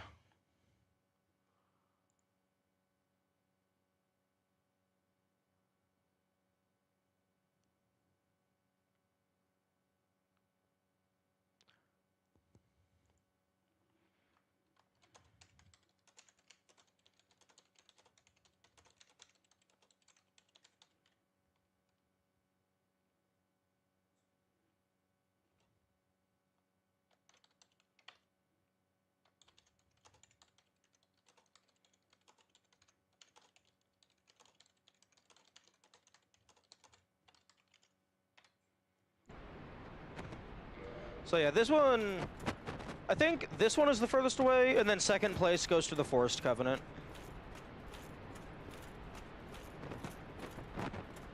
Okay, so let's go up to that bonfire, see how many eyes I have in my box. But yeah, I think that is well hidden. That is a good secret. Because, like, if you're paying attention, that is definitively, like, different from all the rest. What would be fucked up if this Titanite Demon in particular respawns, so you can never be truly safe? Oh. Well. Even if it respawned, I think you would only kill it you would kill it the first time.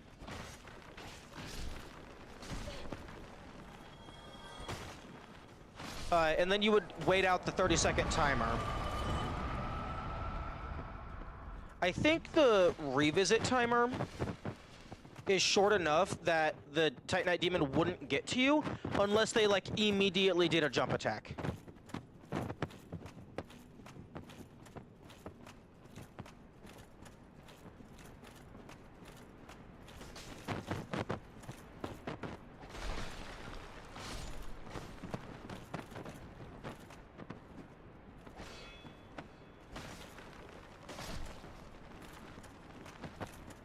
Okay, wait, no, wait.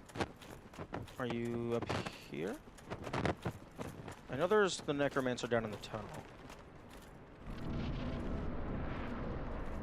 Shoot you with lightning when you're... Oh, when you're leaving. Oh, yeah, that's a good point. Yeah, I didn't think about the leaving aspect.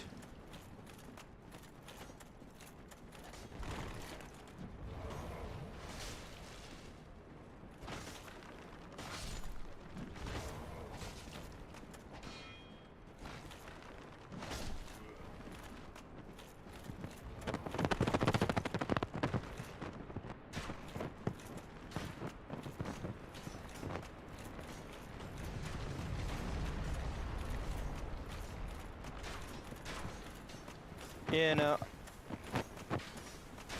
Yeah, I could see it that if you, like, went in there without knowing that the thing was gonna respawn. Or rather, I guess it would be... You would kill it the first time, get the entrance, get the first visit. And then I guess it would probably be your second visit that the Titanite Demon would get you.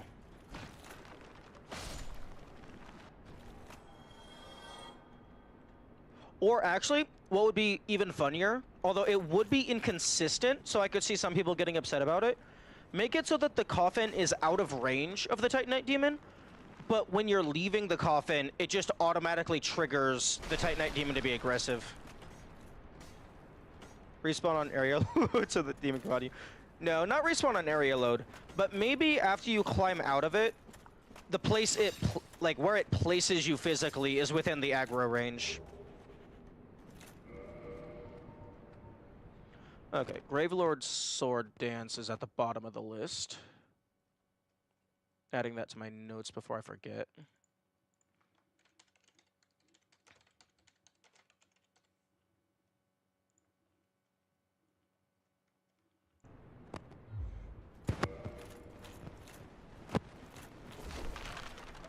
Respawn on area load for fast Demon Titanite.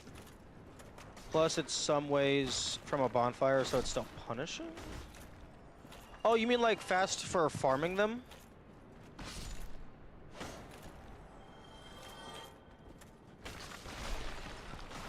That would be interesting.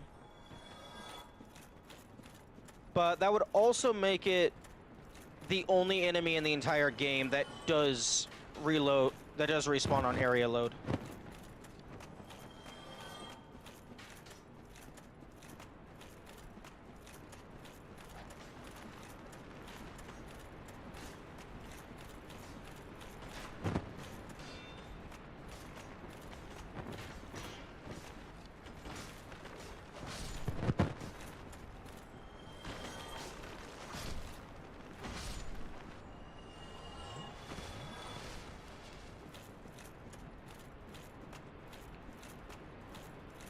Yeah, I wish you could shoot those skulls to cause them to preemptively detonate.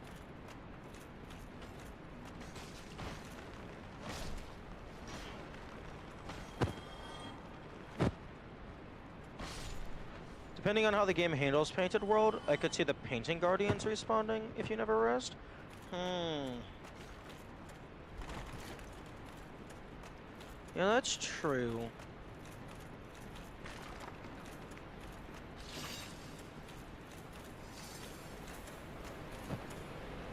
I think the way the Painting World is handled is similar to Seth's Prison.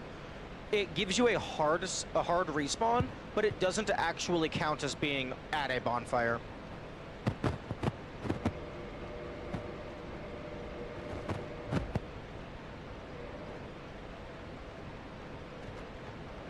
Okay, I only have 4 eyes of death.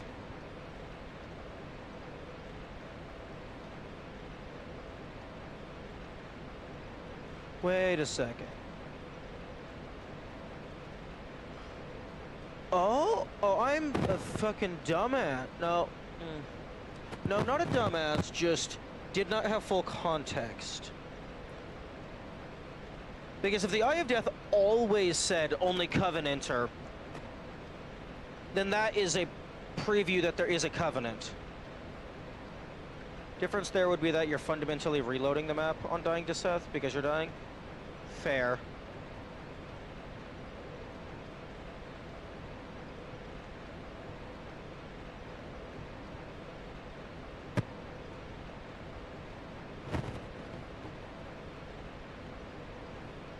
Yeah, I should...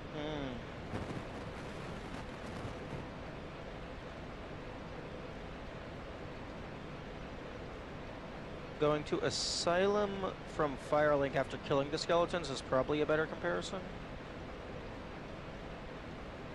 Well, yeah, it's the exact same mechanic. You interact with the thing and wait 30 seconds.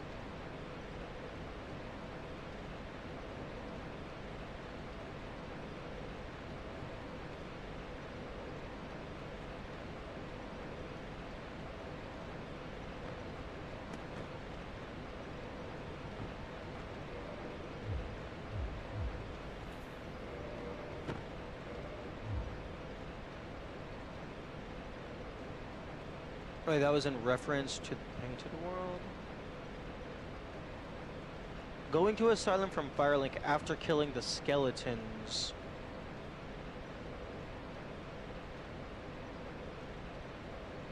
Huh?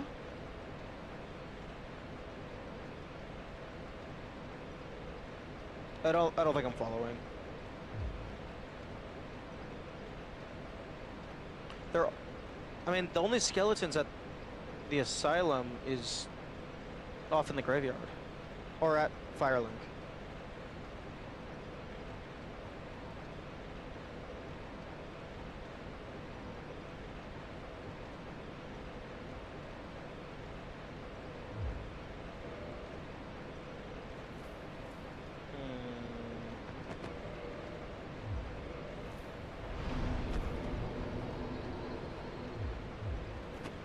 Okay.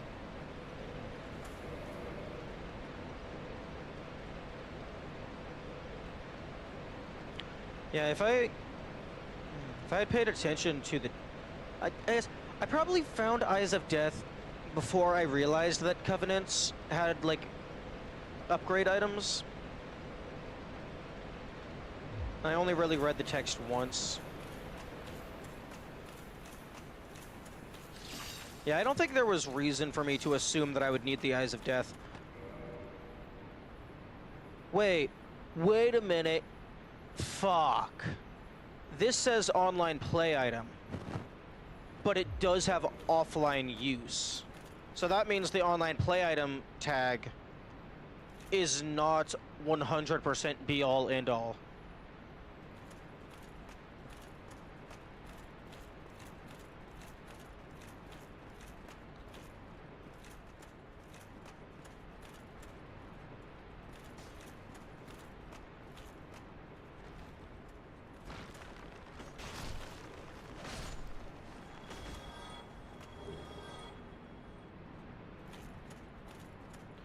Well, that's unfortunate, because I was kind of like just kind of banking on I don't have to like I can just actively ignore every single online play item.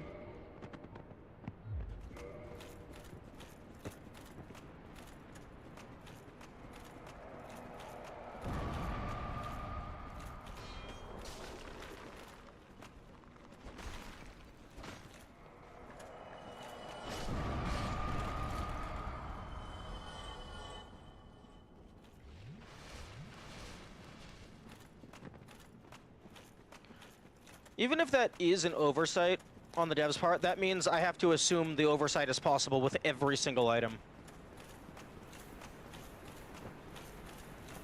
Didn't we know this with Black Separation Crystal? The Black Separation Crystal does not say online play item. Which is like, it has a single use in single player, which is why I assumed that is why it doesn't say online play item. My assumption, based on what I had seen, was if there is at least one offline use, it does not say online play item. That's what I was working off of. Yeah, the way I was looking at it is, if it is exclusively online, it says online play item. But if it has at least one offline, then it doesn't. There was going to be a second use that was scrapped. A second use for the Death Eye? Or the Black Crystal?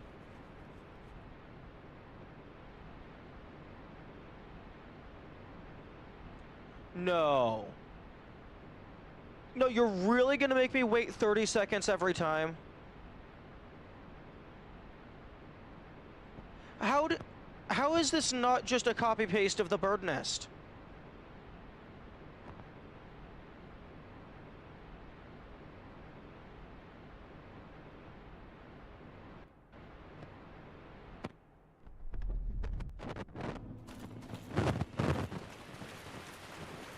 Like, unless the bird nest was made after.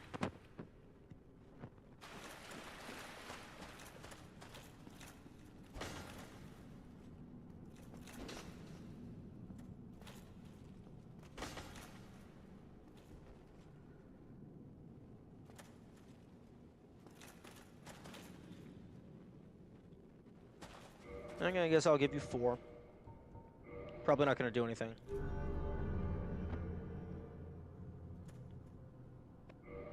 Yeah, okay. And I'm actually going to actively track how many I've given.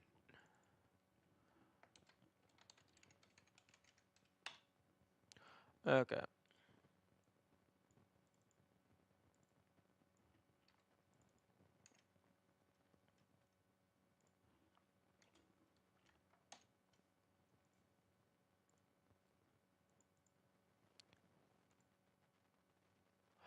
Oh my fucking goodness. The Obsidian community plugins are on a per vault basis. It's not just, oh, you have it installed on your computer and you can use it for every single note. I have to reinstall it for each individual. Oh my goodness. That's annoying. Shulva from Forest Hunters was going to kill you once you got a specific item, steal it from you, and you would use a second Blackout Orb to invade him and steal it back. Meaning Black Separation Crystal would also have a second use. I would argue that's still only one use. It's just you have that one use in multiple locations. It's like a one use type, rather.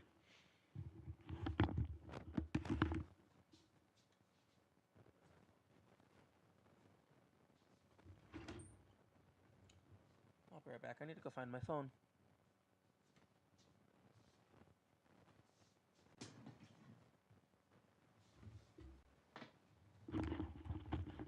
Okay, it was just on the other side of the room. Okay. Okay, this is very good. This is very, very good.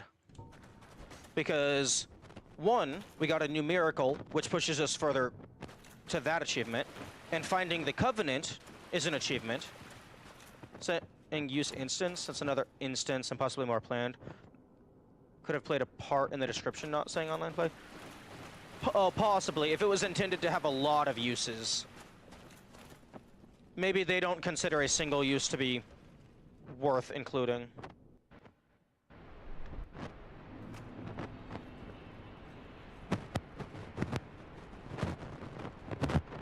Okay, now I was trying to see if pressing start would make it go faster. I don't... I feel like after the first time it should be instant.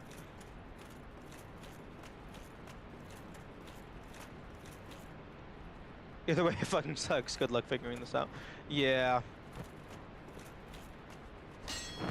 Because now, every single online play item is up for grabs.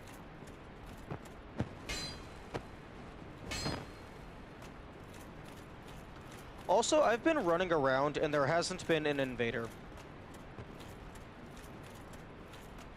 Pinwheel is still alive.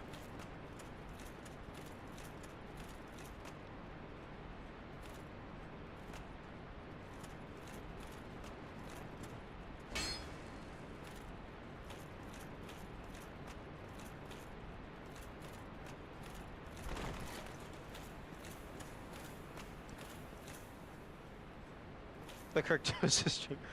There was a second Kirk in Demon Ruins. I ran across the lava.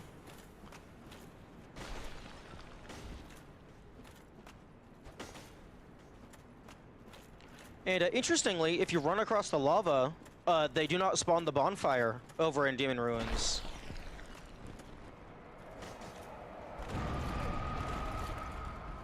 So you are not able to soft block yourself.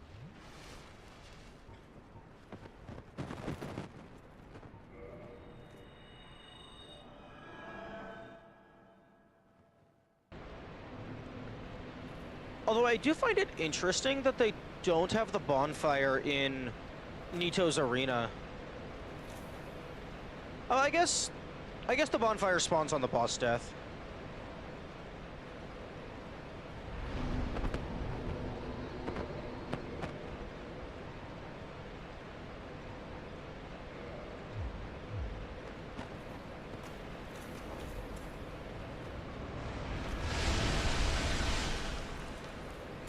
Nice.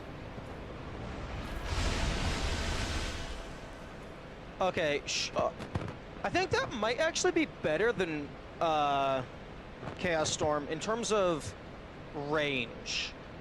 Because it's like You can... Chaos Storm actually goes further, but this is more condensed. So it's like easier to control where it goes. Although you can't upgrade your talismans. Speed 2? Yeah. They definitely come out faster. I think it does it cast faster as well?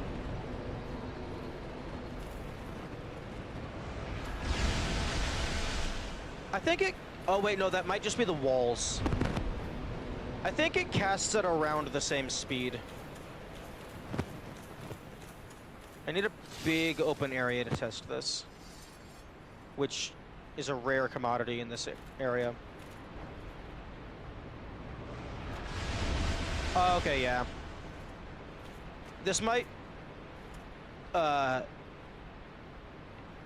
be like mostly a reskin.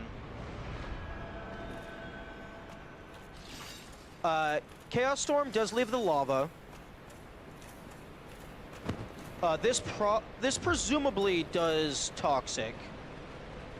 A little bit of toxic.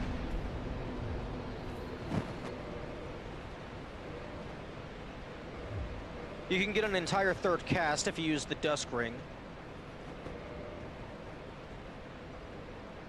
Or at least poison. It better be fucking toxic. The boss uses toxic, we better get toxic.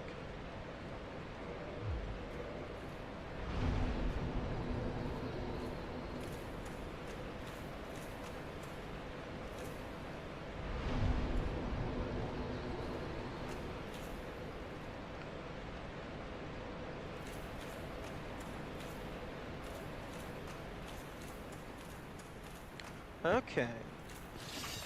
Found a new covenant, so now I have to farm frogs for 5 years.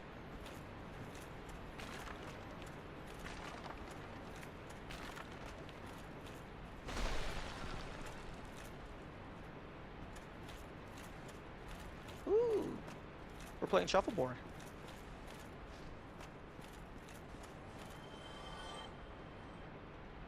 Okay, yeah, I think I ran around the majority of this place. There was like a couple side tunnels I maybe missed.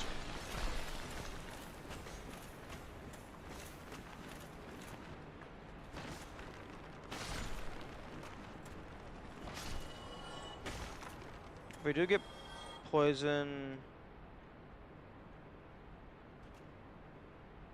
In his defense, the intro cutscene, he literally just raises his arms and turns things to dust. He's a little bit stronger than us there. Actually, yeah, that's a very good point. Why the fuck does he not use the miasma attack against us?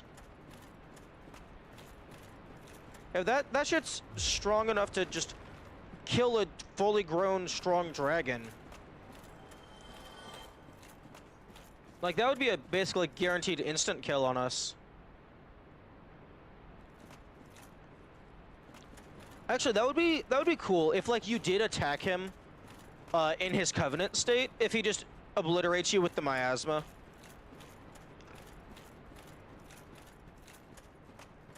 The explosion is that, but it should have done curse, really. The blade should have done curse? Yeah, I agree with that. Or even the explosion doing curse.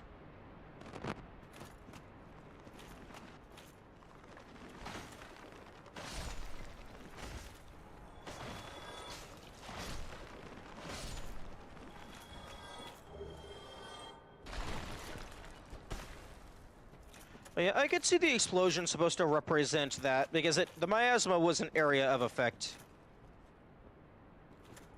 I should have mimicked the miasma and dealt high curse buildup. I wonder if they originally thought of that, but they scrapped it because Seth already has curse, and they didn't want to double dip.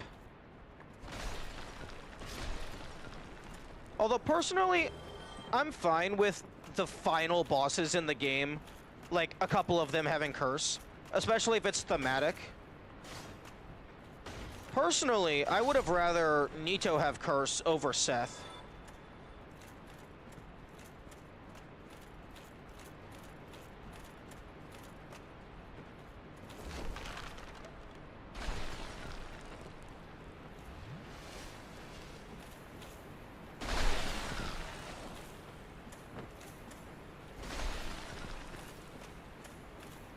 You know, you know what they should have done? Because it would have been like, I guess it would have fucked over like every challenge run ever for like single weapon type. But actually, no, it wouldn't. They should have made Nito count as like a ghost type. So you have to either be cursed or use a cursed weapon to hurt him. And then because he can curse the player, that would make it so that the player is able to fight them without having to go and get cursed somewhere else.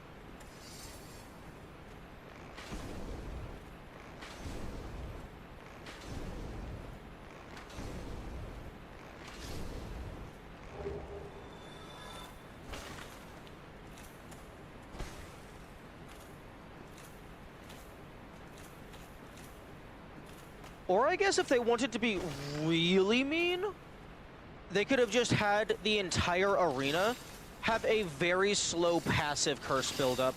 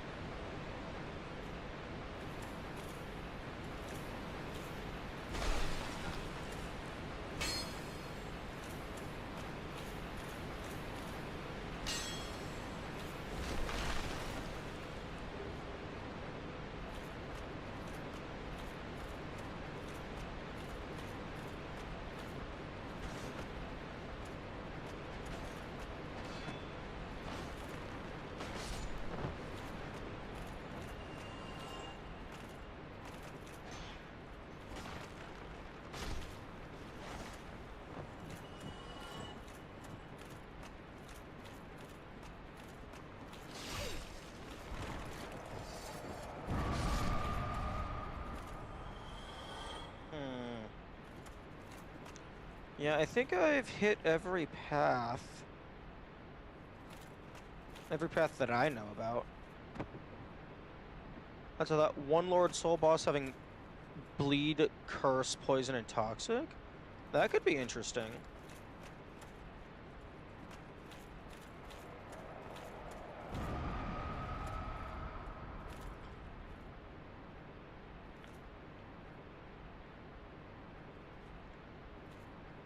Yeah, I could see Four Kings being bleed. I could also see Seth being bleed.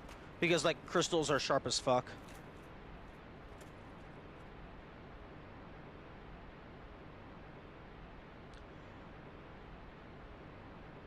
Although, not sure what they would do with Bed of Chaos, unless they wanted to give Bed of Chaos, like, an exclusive burn status condition. Like, it lights you on fire, and then you have to, like, stop, drop, and roll to put it out.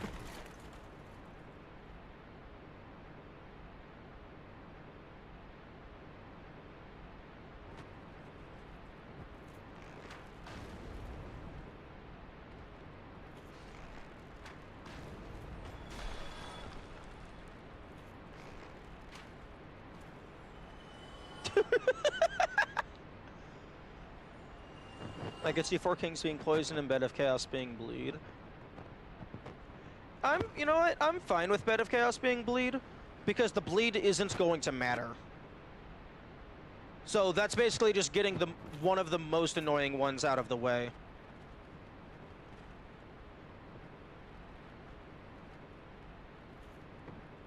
Just on, like, something where it doesn't impact anything.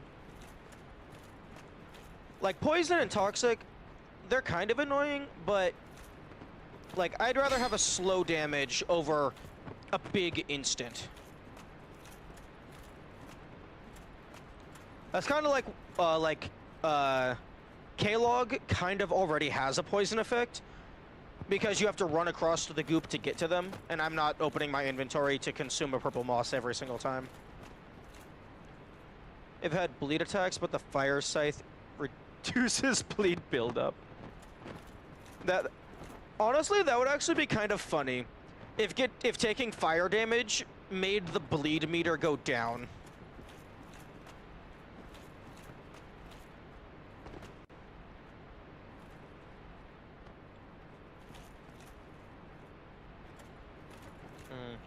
Okay. I think I'm gonna just go down to Pinwheel. Or actually, there's nothing for me in Tomb of Giants just yet. I'll leave Pinwheel alive for now. I'm trying to explore as much as I can without defeating any bosses. Which I think Lord Vessel is like minimum of 4 bosses. Because you have K-Log, Gargoyles, without glitches anyway. K-Log, Gargoyles, Iron Giant, and then OAS. One potential thing for you in Tomb of Giants? I already have the Healing Shield. There's the Effigy Shield. I guess there's some Death Eyes. Killing Nito to see whether you get kicked. I assume you get kicked. Because if you kill the, Actually, wait. Killing the, Spider Lady kicks you, but killing all of the Way of the White does not kick you. So it might just be a case-by-case basis. Although, you know what would be actually very funny? If killing Nito to get the Lord Soul is actually just him showing, like being like, I respect you, so he just gives it to you. But because he's the first of the dead, you can't actually kill him. So when you go back through the Covenant, he's just chilling in his coffin.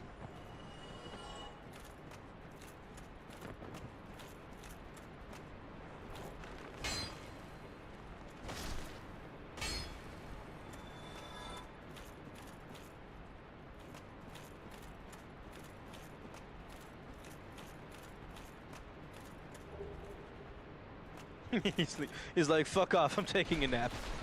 You did me good on that one.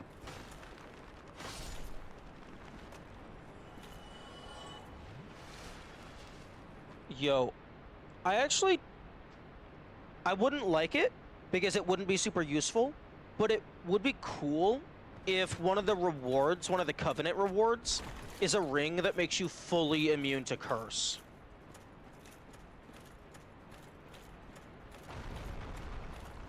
Personally, because the Covenant item is Eyes of Death, I kind of think it's reasonable that it might be a ring to reveal hidden walls. Because, like, you're seeing them with the Eyes of Death.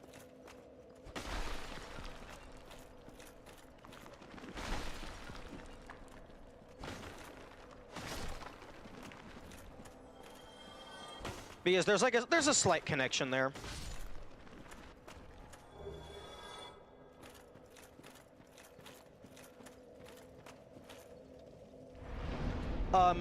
Is it 80 Eyes of Death as well to have synchronicity with the rest of them? Given that it lets you invade other people to get more, 80 doesn't seem out of the question. That seems reasonable. I believe so. Okay.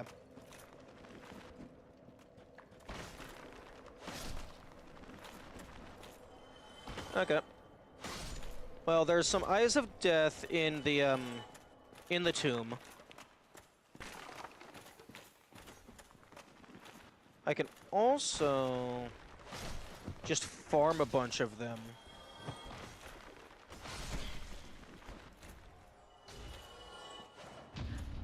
Oi! Don't parry me.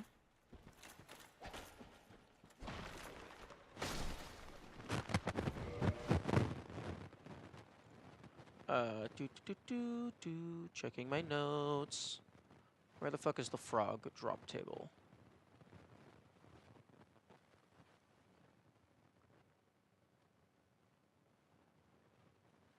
Frog, no, wait. Basilisk, 6% drop. That's actually pretty good. Most Graveyard servants hosting PvP fight clubs regularly max out on them. And they start dropping his bags on the ground when they kill someone. Oh, that's very funny. That's very funny. I like that. I like that a lot.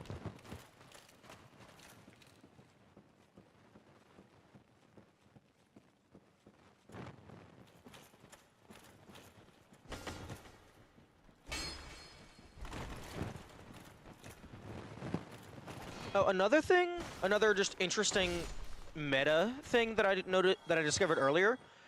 The secret wall leading to the catacombs bonfire does not reveal on arrows.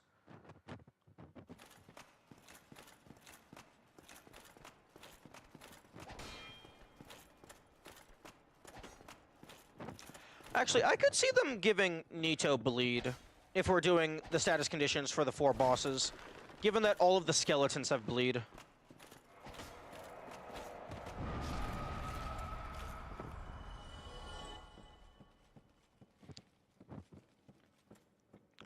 I kind of wish there was a shovel somewhere down here, as just like maybe a club or a spear. Yeah, no, shovel is a small spear. Because like digging graves and stuff. Thematically, regardless of whether you kill someone or they kill you, an Eye of Death is generated and given to the victor. I think that's a really cool choice thematically for the Plague Man Covenant. Wait. Whether you kill someone or they kill you. Oh, so like if I'm in the Covenant, but someone else is not, and then they kill me, it still gives them an Eye of Death? That's interesting.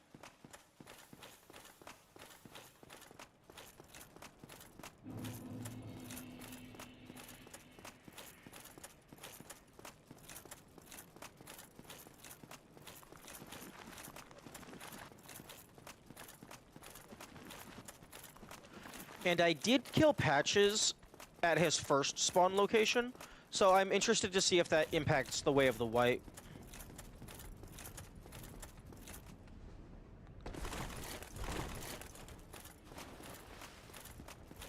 Excuse me.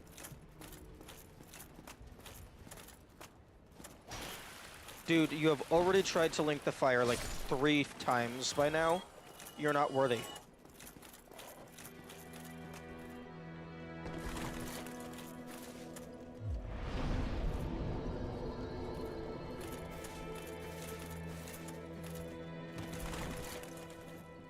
Is there any of the shops that just sell Eyes of Death? Because I have a lot of money and not much to spend it on.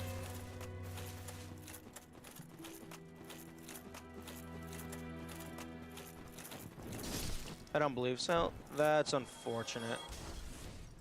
The one that seems like it would be most likely would either be Patches or the Moss Merchant.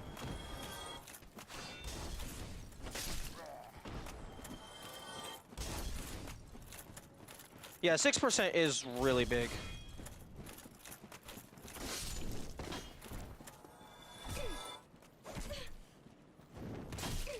Okay, can you fucking stop?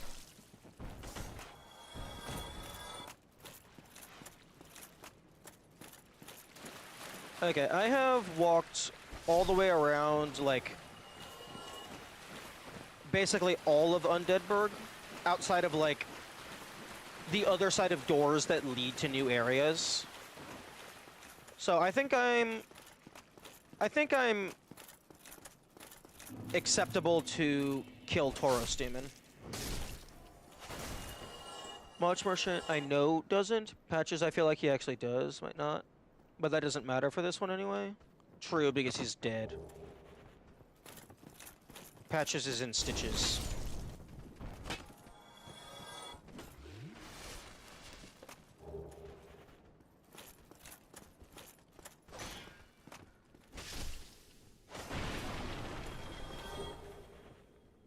Something that would be cool is if you could, place down the fire bombs, like, just on the ground in front of you. And, like, have it, like, light a fuse. So that it would, like, explode after 5 seconds or something.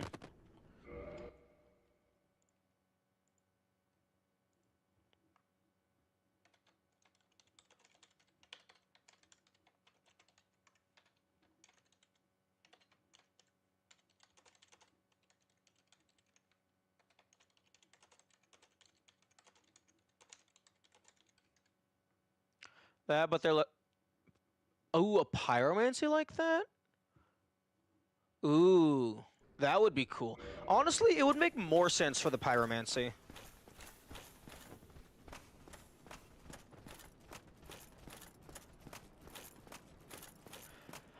Actually, ooh. Okay, for the PvP aspect, I think... Okay, it has its default use of you can just throw it.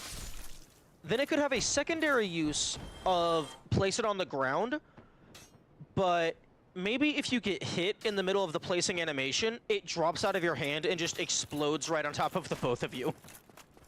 So the only way to, like, prevent that would be to, like, hit them with a ranged attack or something. But it would also be based on poise, I imagine.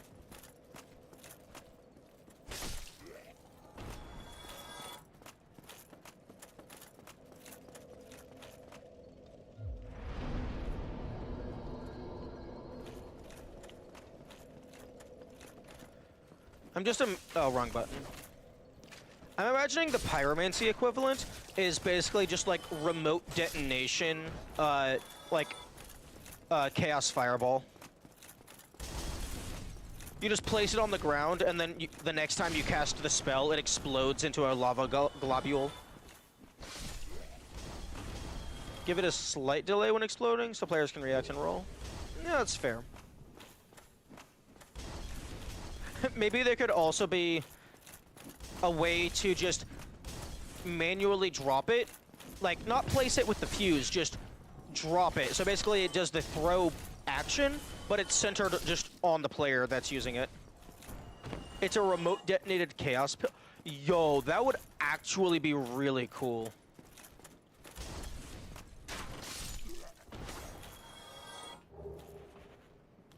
Or alternatively, maybe, because it seems like a good chunk of the pyromancies are just place, like it just is where it lands. Ooh. Okay, I'm trying to think, okay. Idea. I don't know if it would be a spell or a pyromancy or maybe something that affects multiple categories, but you cast whatever it is, it places a little bead where you're standing. And then, regardless of the next thing that you cast, miracle, pyromancy, or spell, it centers it on this. So, like, it acts as if the player was standing here when it got cast. This feels like a thing I've talked about before.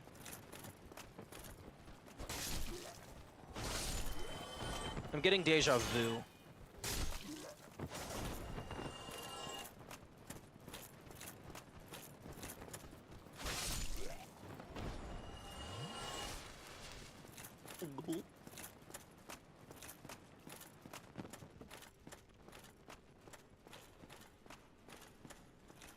But yeah, for most of the things, it wouldn't really matter. Because I imagine for things that are cast on self, if you remote cast them, I imagine it wouldn't do anything.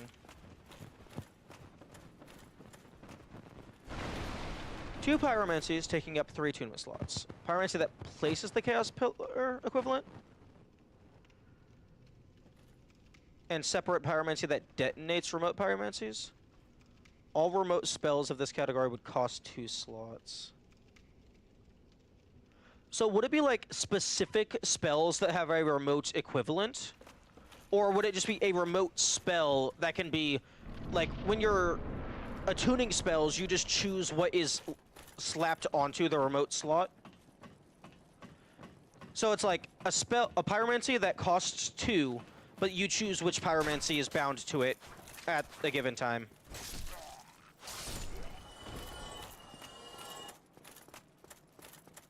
Wait, that game just saved.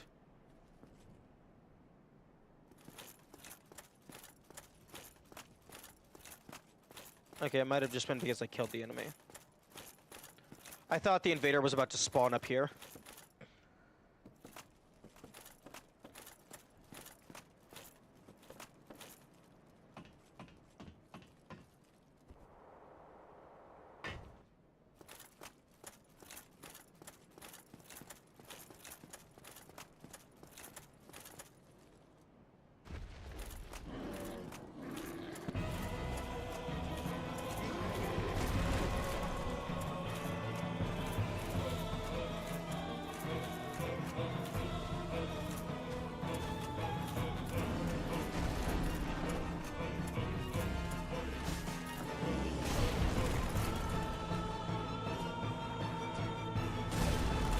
Okay, how about we cease?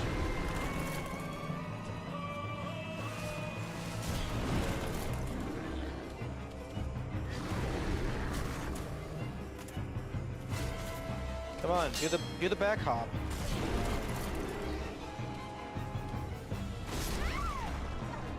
What the okay, so I'm holding shield the entire time. Equivalents of a select few pyromancies bought for cheaper only after you own the original. I can see that.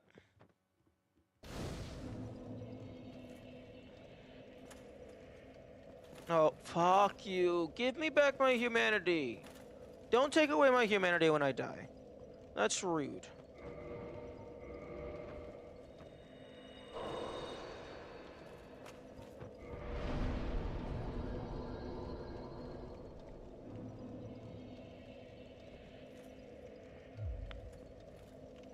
I'm trying to think of what Nito will give me. Okay, he gave me... Yo, fuck, he gave me his sword. I never looked at that.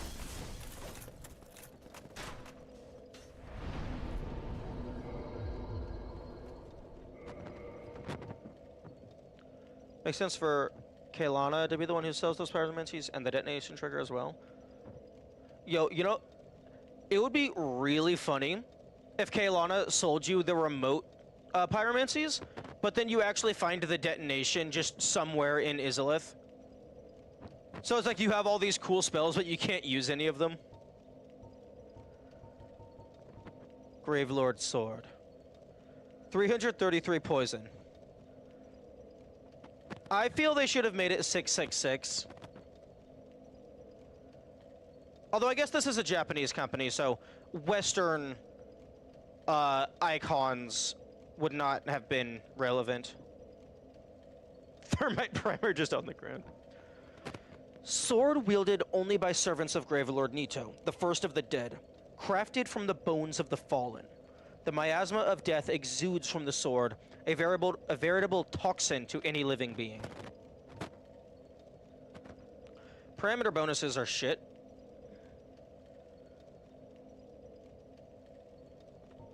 Curved greatsword.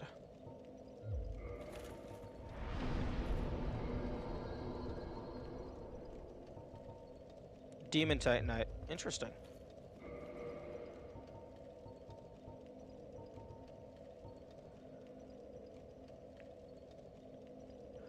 Okay, so... The Darkwraith Covenant gave me the Darkwraith armor. And the sword.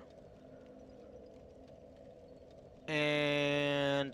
I guess it gave me a Dark Hand. And basically nothing else. Give me the red eye. The Chaos Covenant gave me 2 pretty powerful magics and opened up a door. Oh, the Darkwraith Covenant also made it so that the Dark Hand absorbs more humanity per use.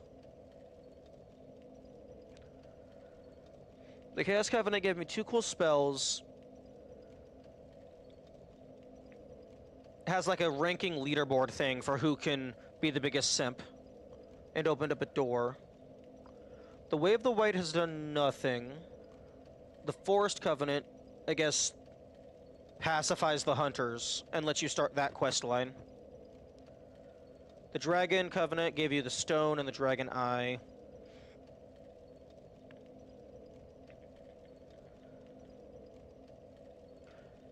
Maybe it gives you... Yo, something that would be really cool and thematically appropriate because of like the skeleton respawning thing. Maybe he gives you a ring that is a ring of sacrifice, but it's reusable. So like you die, but it like brings you back up to half health and breaks the ring, but the ring is repaired when you rest.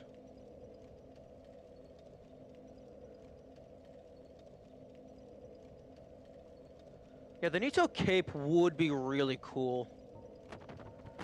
That could be like a chest piece.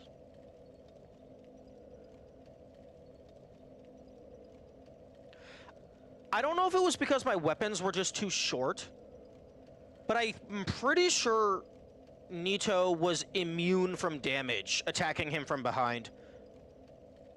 Ring like that, but it curses you when it revives you? No.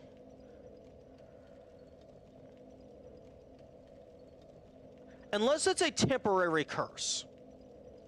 If it's like curse light and it goes away when you rest, I'm fine with that.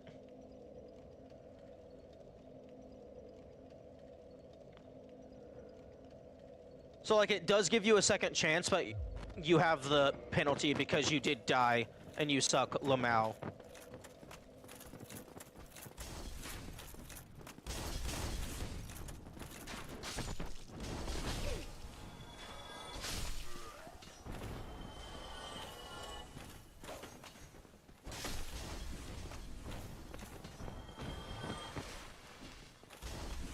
Honestly, having a chest piece that makes you immune to backshots would be amazing.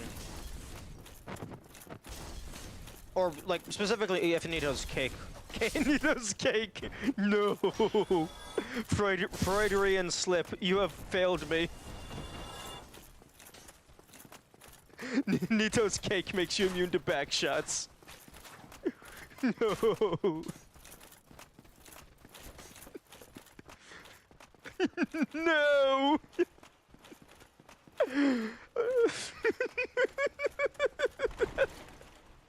Oh, I am so glad that I am a small enough streamer that that will not be getting fan art.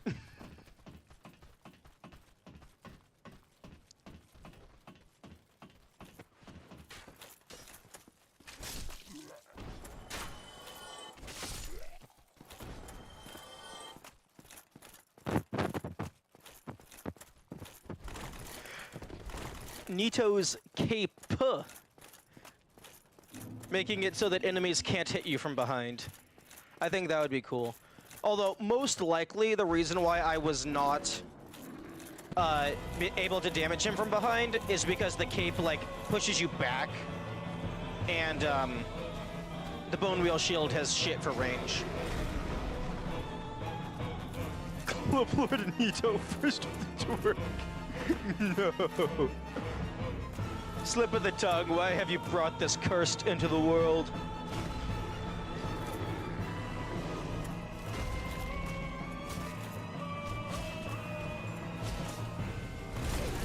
Oh, fuck you.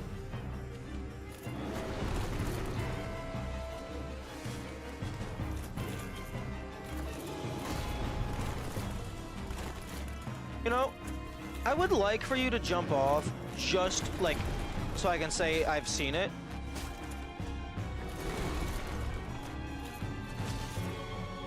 Except you never do the back hop when you're by the ledge.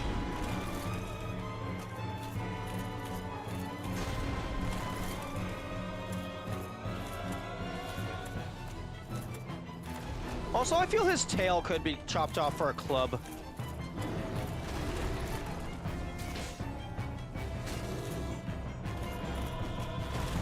Except I've attacked his tail decently and it didn't do anything. What the fuck is that bullshit? You were facing the complete opposite direction. Also, don't fucking step on me.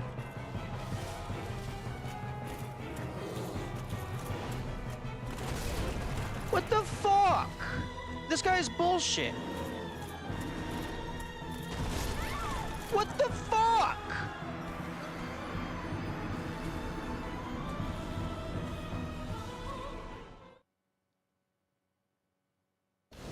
What the actual fuck?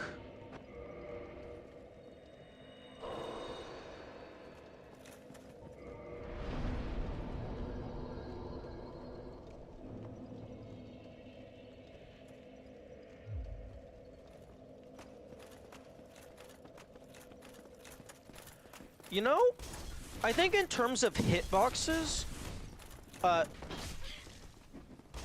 think Tauros Demon might be on par with Titanite Demon. Titanite Demon is definitely like a worse enemy to fight because like they're like much faster and stuff and like do more attacks more frequently. But in terms of inaccurate hitboxes, I think Tauros Demon is up there.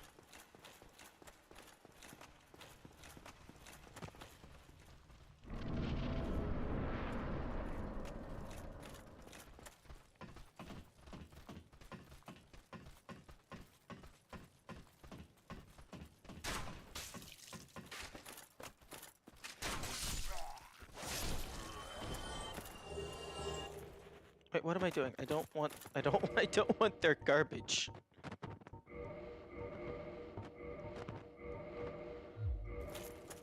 I've seen jump attack hit up to 7 times. Damn. The worst I've ever gotten is 3 times. But I guess 3 times is really all I need, because that kills me instantly anyway. Like, from, like, this game's design perspective, I think it's fine for multiple enemies to be able to absolutely gangbang you. Sorry, wrong phrase. Obliterate you. Gang up on you, that's the term. But I feel that you should not be able to take multiple hits from a single attack. I feel like that is not okay.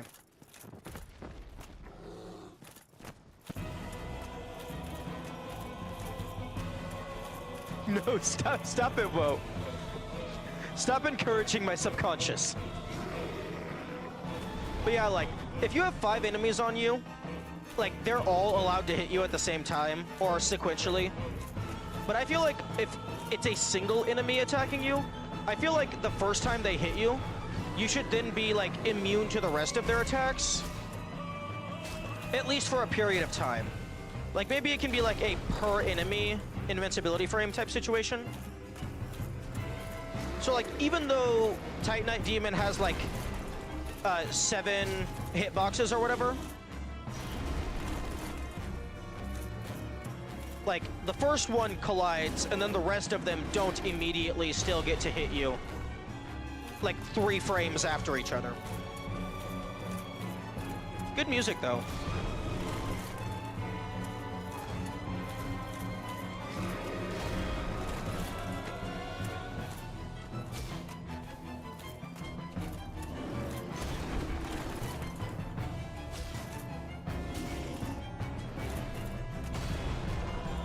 Oh, I was trying to parry.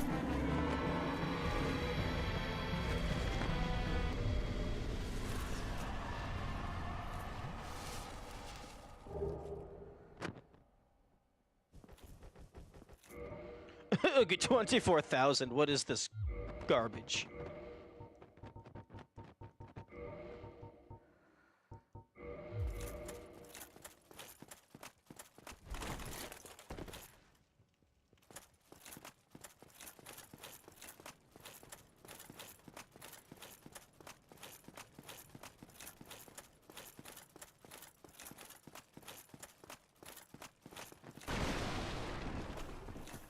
Okay. I could have explored Undead Parish before killing Tauros Demon. But Tauros Demon is not the area boss. That goes to Gargoyles. Why, hello, Solaire. Did you know that you get to live this time? No. Oh, hello. The sun, if only. Oh, if only.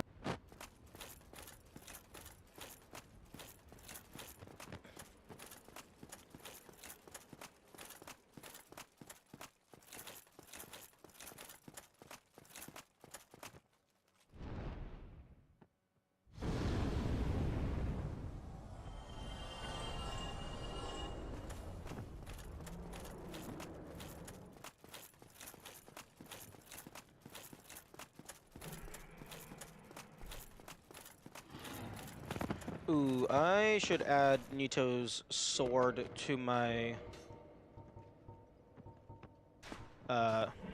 notes in my list of weapons and stuff. Okay, no, wait, current progress. I'm not really okay. Grave Lord sword. I'm not really putting them in the list of items anymore because that was, excuse me. That was more so just the list of things that are physically in my inventory. What Solaire's funny javelin is he uses? No, because the thing about that spell is I don't have the faith to cast it. I'm assuming it's Sunlight Blade. Because manifested as lightning. And that is the blade wielded by... Wait. Lord Gwyn's firstborn... Oh, this might be different from what Gwyn himself uses.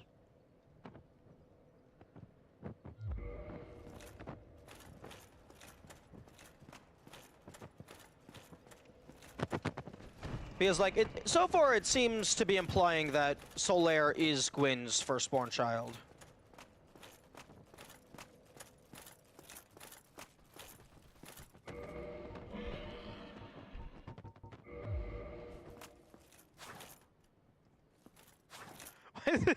Why the fuck does it just spawn dust?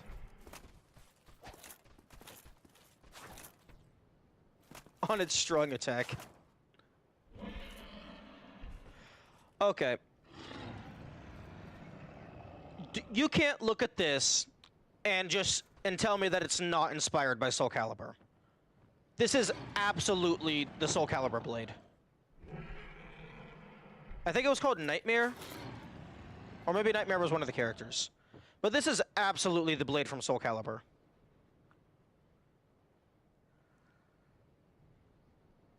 But some random moment before kindling the flame.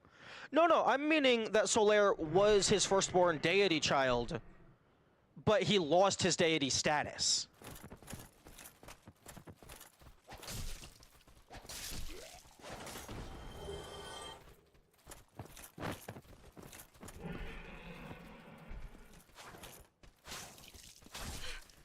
Okay. Change your plan. Don't die. That was always the plan, but now we are changing it to be don't die again. Because you can change a value to itself. So the plan is changing from don't die to don't die.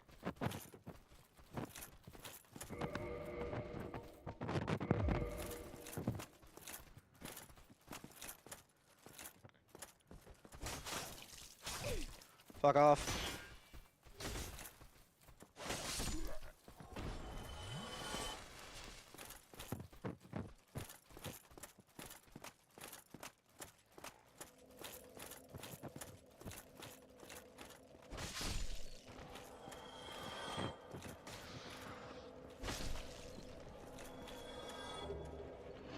Would make sense with the thing about him watching over his followers, as stated by the Stunlight Metal description. I don't have any on. But yeah, I remember I know what you're talking about.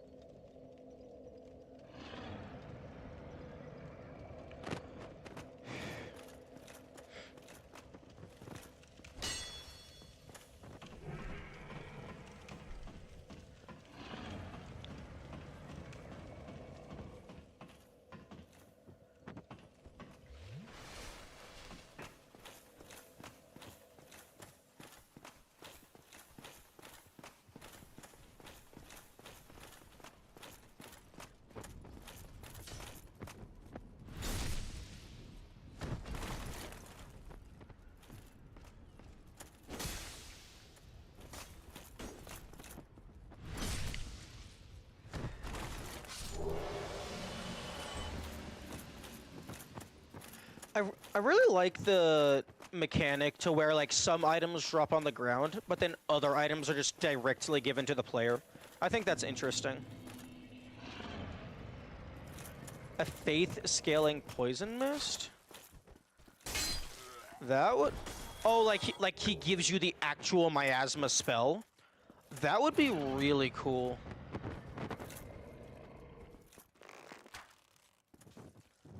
Oh, fuck.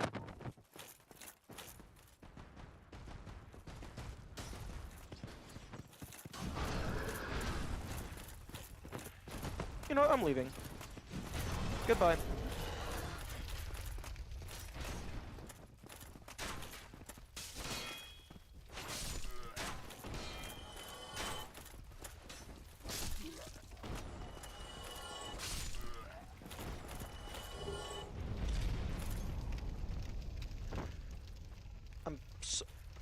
sorry, what the fuck was that boom? Because that's happened a couple loops now.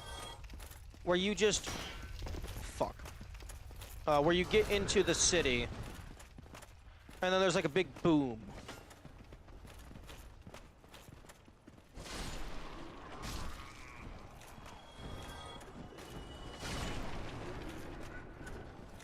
I don't know, maybe it was something breaking? Because when stuff breaks in here, it makes like an echoey. No, no. No, I don't want an answer just yet. It's just... It seems like a one-off thing with no source. So it's very confusing.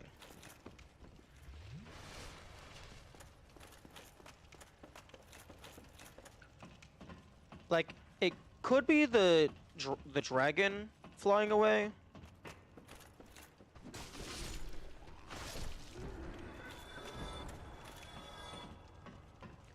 Yo, imagine... My new game plus 10 dragon connect. Yes, indeed.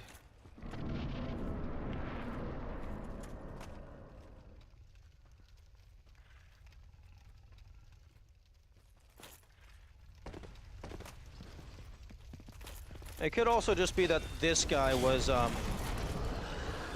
being an asshole.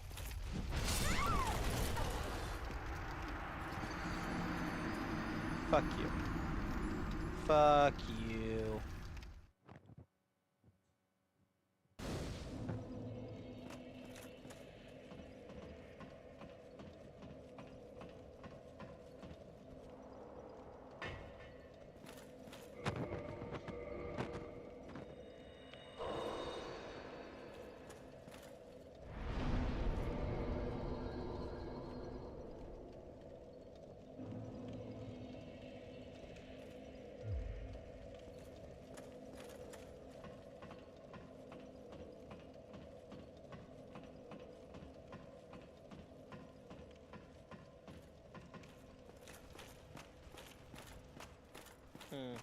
Something that could be interesting is a ring that functions as a ring of sacrifice, but you don't keep your humanity state, but you keep half of your soul and half of your humanity, but it's reusable.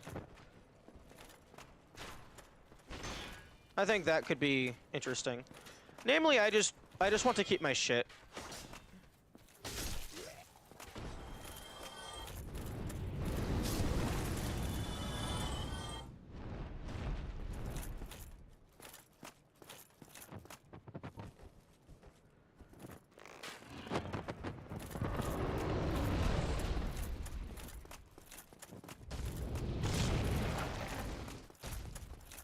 Ring of sacrifice. I don't necessarily think it would be bad. Like, it's reusable, which is very powerful.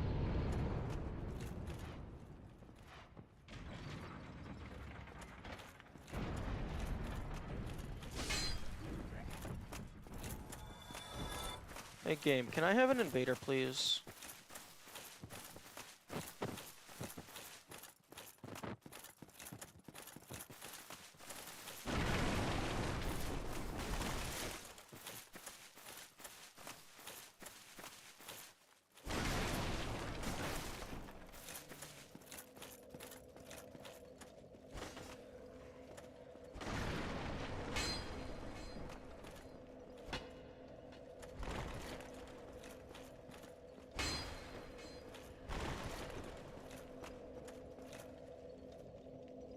I also don't know who this statue is supposed to be.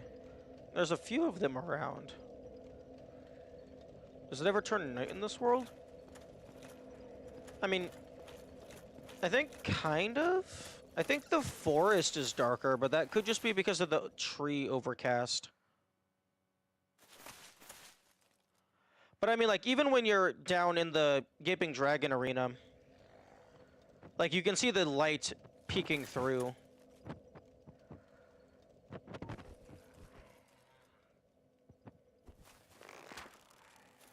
They missed a spot. Right here. Not where the arrow is going, where the reticle is. Oh wait, no they didn't. I'm dumb and don't have depth perception. This mountain is in front of this mountain.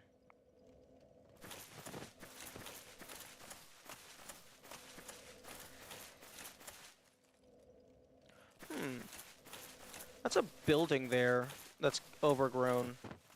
Can I go to that building?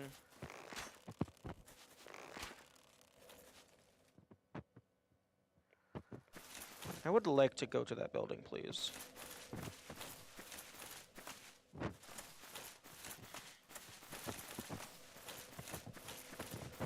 It's like an entire ruined church.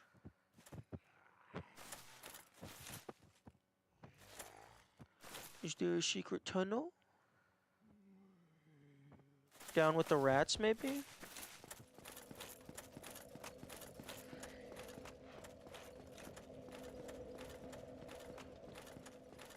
And had to bone to get back from behind the statue. I wouldn't need to bone, I could homeward. I have the magics. Okay.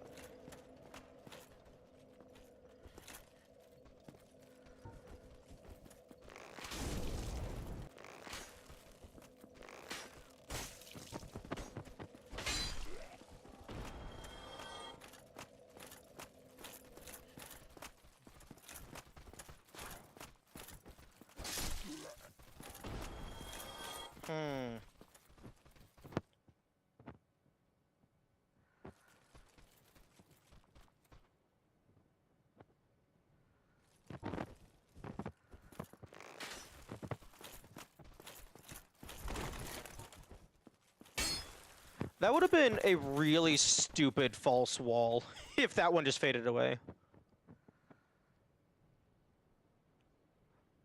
To make a command that links that.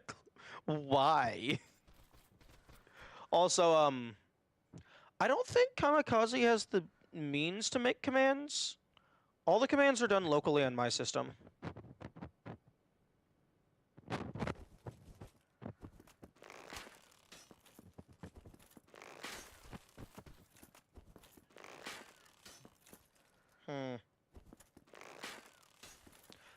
It is clinking on something.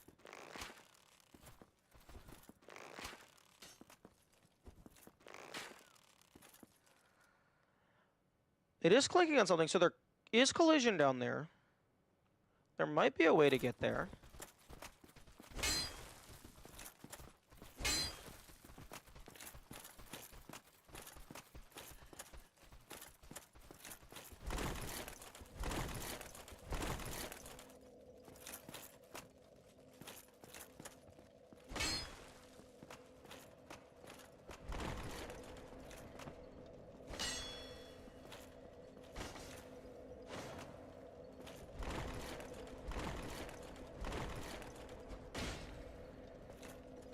Thing is,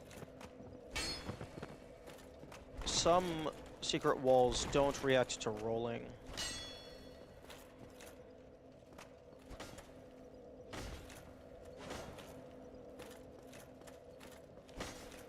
This is what the game is being reduced to. Smack every single wall.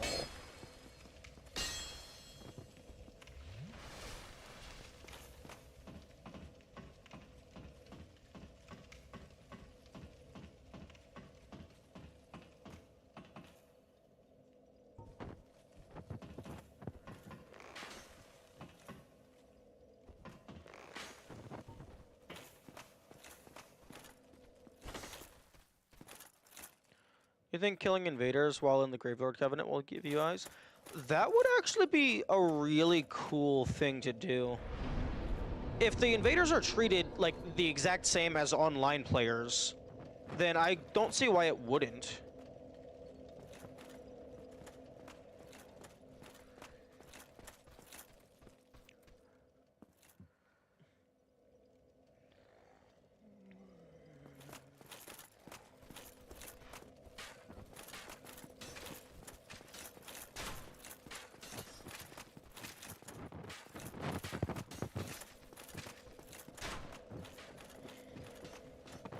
I mean, like, I would appreciate it because I do need them.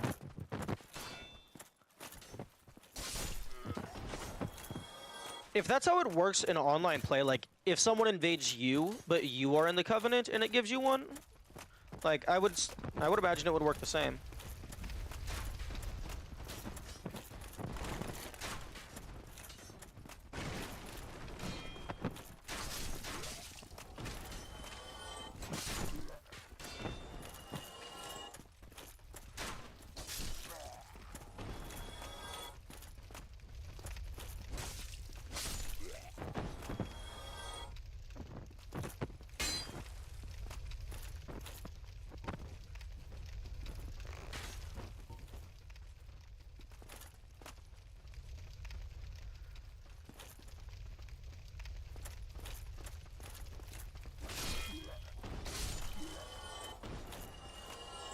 Right. Where the fuck did the boar go? Oh, it's over there.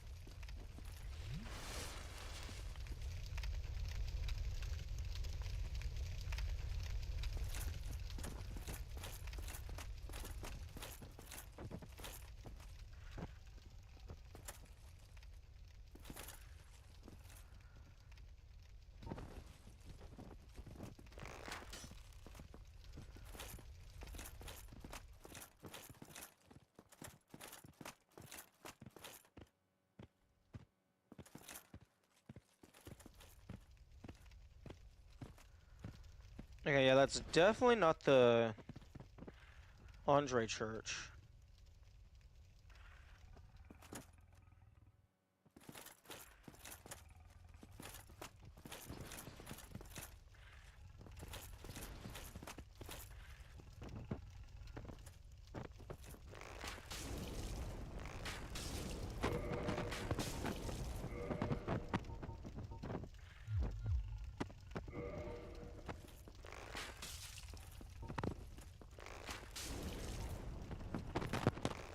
Online invaders of Gravelord servants via Gravelord's sign are treated as invaders of the guilty, actually, so probably not.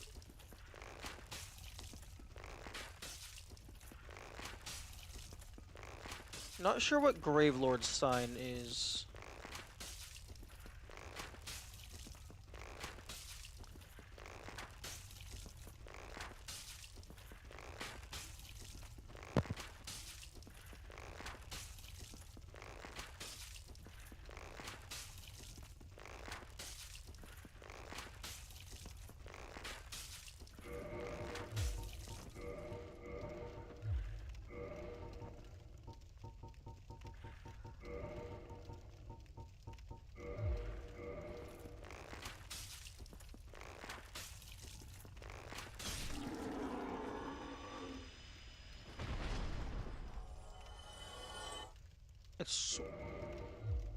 It's what's made when you use the eyes online. You place a summon sign that other players can interact with to invade you. Basically a call to action.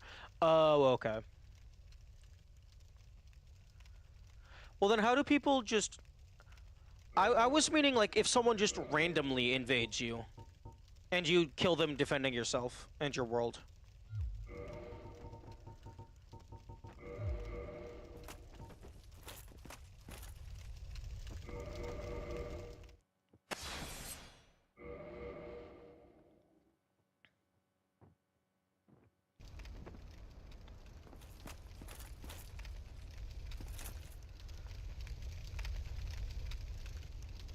Do not believe it would, but this game is weird, so I could see it.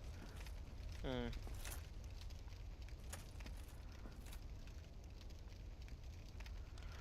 Oh! Was it the gate closing? I never actually paid attention to see if the gate starts open or closed. And it did sound like a thud, so that could have been the gate closing.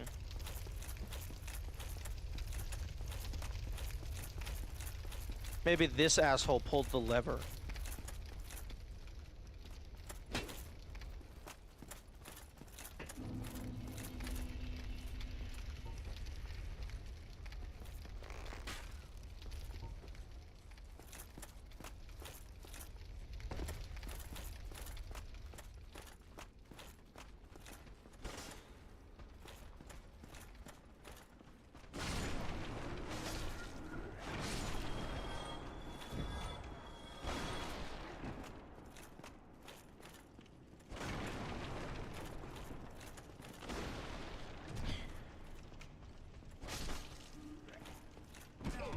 Oh my goodness.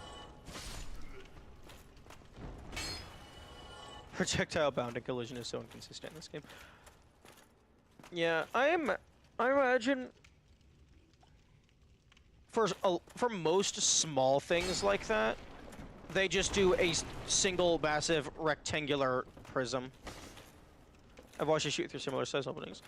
There's also some spots in the painted world where you have a whole ass window that you cannot shoot through.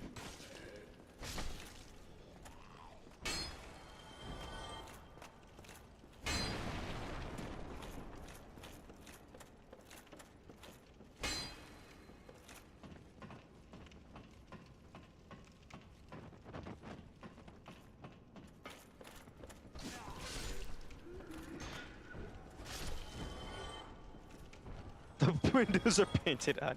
That's really funny.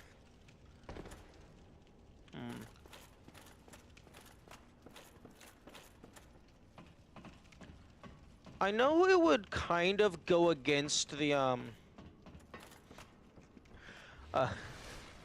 Coyote. I know it would kind of make the one of the wood grain rings like kind of useless, but I would love something that allows you to passively regenerate item durability. Like whether it's a spell or it's a ring. Maybe even a ring that breaks if you take it off, so you have to fully commit.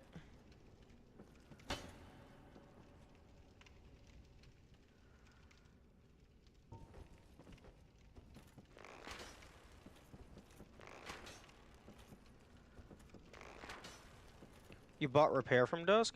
Yeah, but that's just a spell that restores a certain amount, I'm pretty sure. I'm talking about like a overtime effect that's just constantly repairing shit.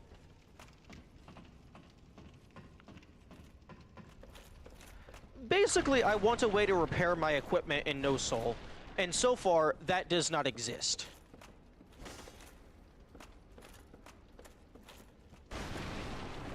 The only way to renewably repair something in No Soul would be to get repair powder from the online exclusive enemy that apparently is really wonky and doesn't spawn very often. It existed until Andre got wind of it. He's like, oh, no, no, no. I'm getting my money, and you won't stop me. Vagrants, yeah, those guys.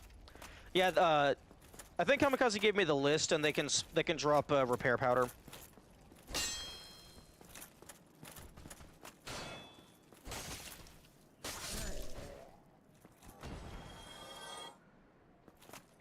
But yeah, no, there is no way to repair anything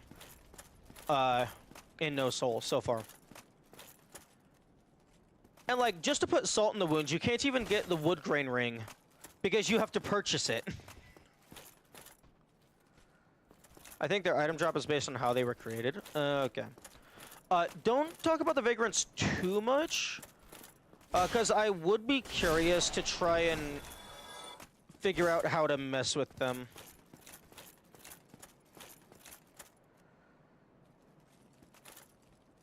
Although, like, I don't know if there is any way for me to mess with them.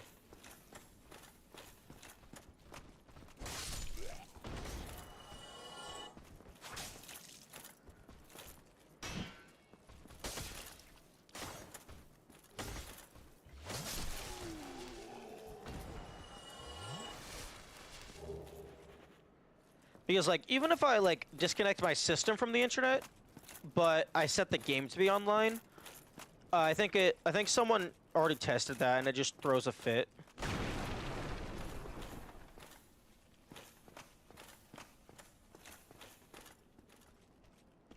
Actually, if this guy is specifically, like, the guy who pulls the lever to drop that down, I wonder if you could kill them, like, with an arrow or something for a shortcut.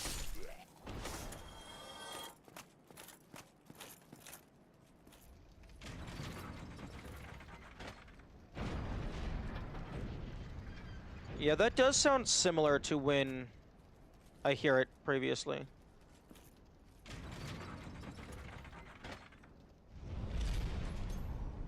Yeah, that's probably the sound I heard.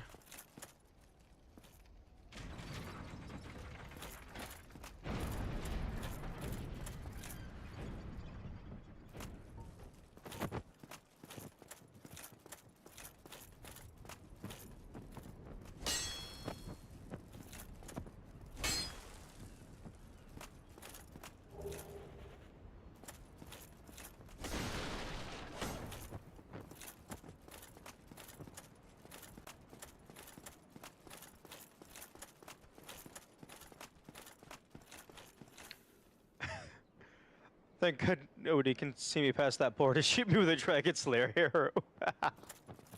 True. You could also maybe use the fog ring.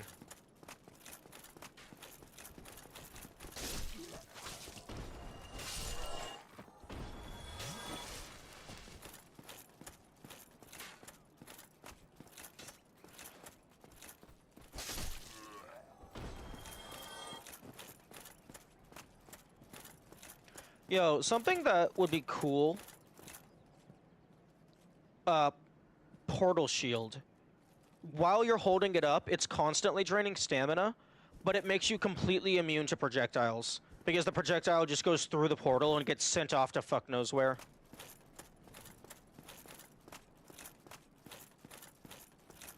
I wonder if Soul Spear works? If you can aim it, probably. I don't know what its range is.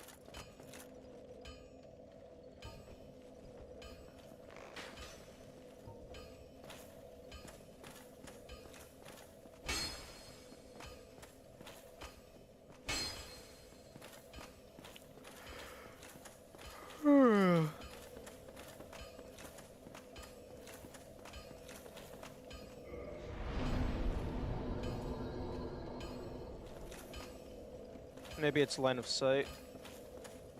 It just goes forever.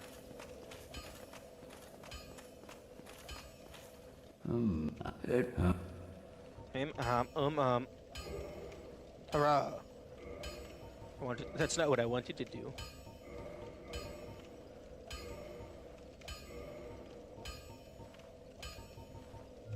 Don't get yourself not.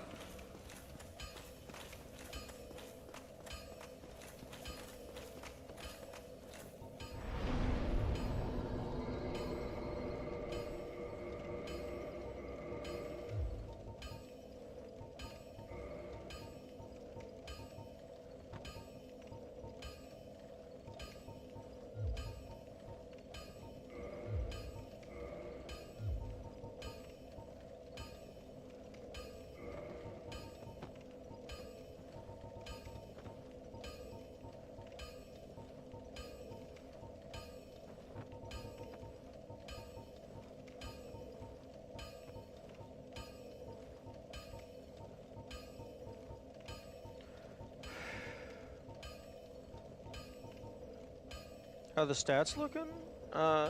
Decent.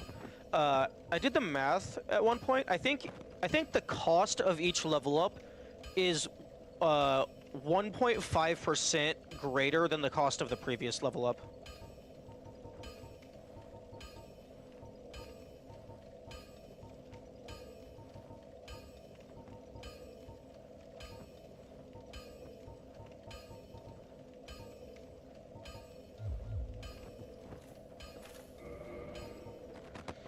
I'm gonna go get some water.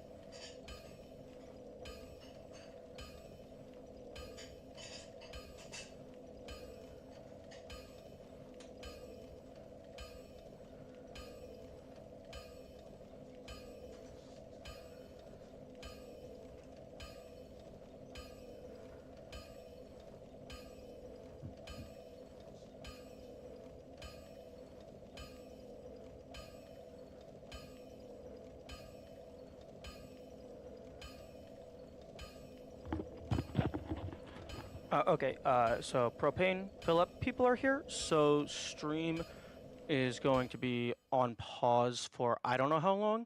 So instead of just leaving on the pause screen, I'm just going to go ahead and end stream, and then I will maybe think about starting it back up after we're done. Well, actually, no. Wait, no, today's Friday? Today's Friday. Okay, so that's my day off, so I can choose whether or not. Okay. I will maybe be back later. Bye-bye.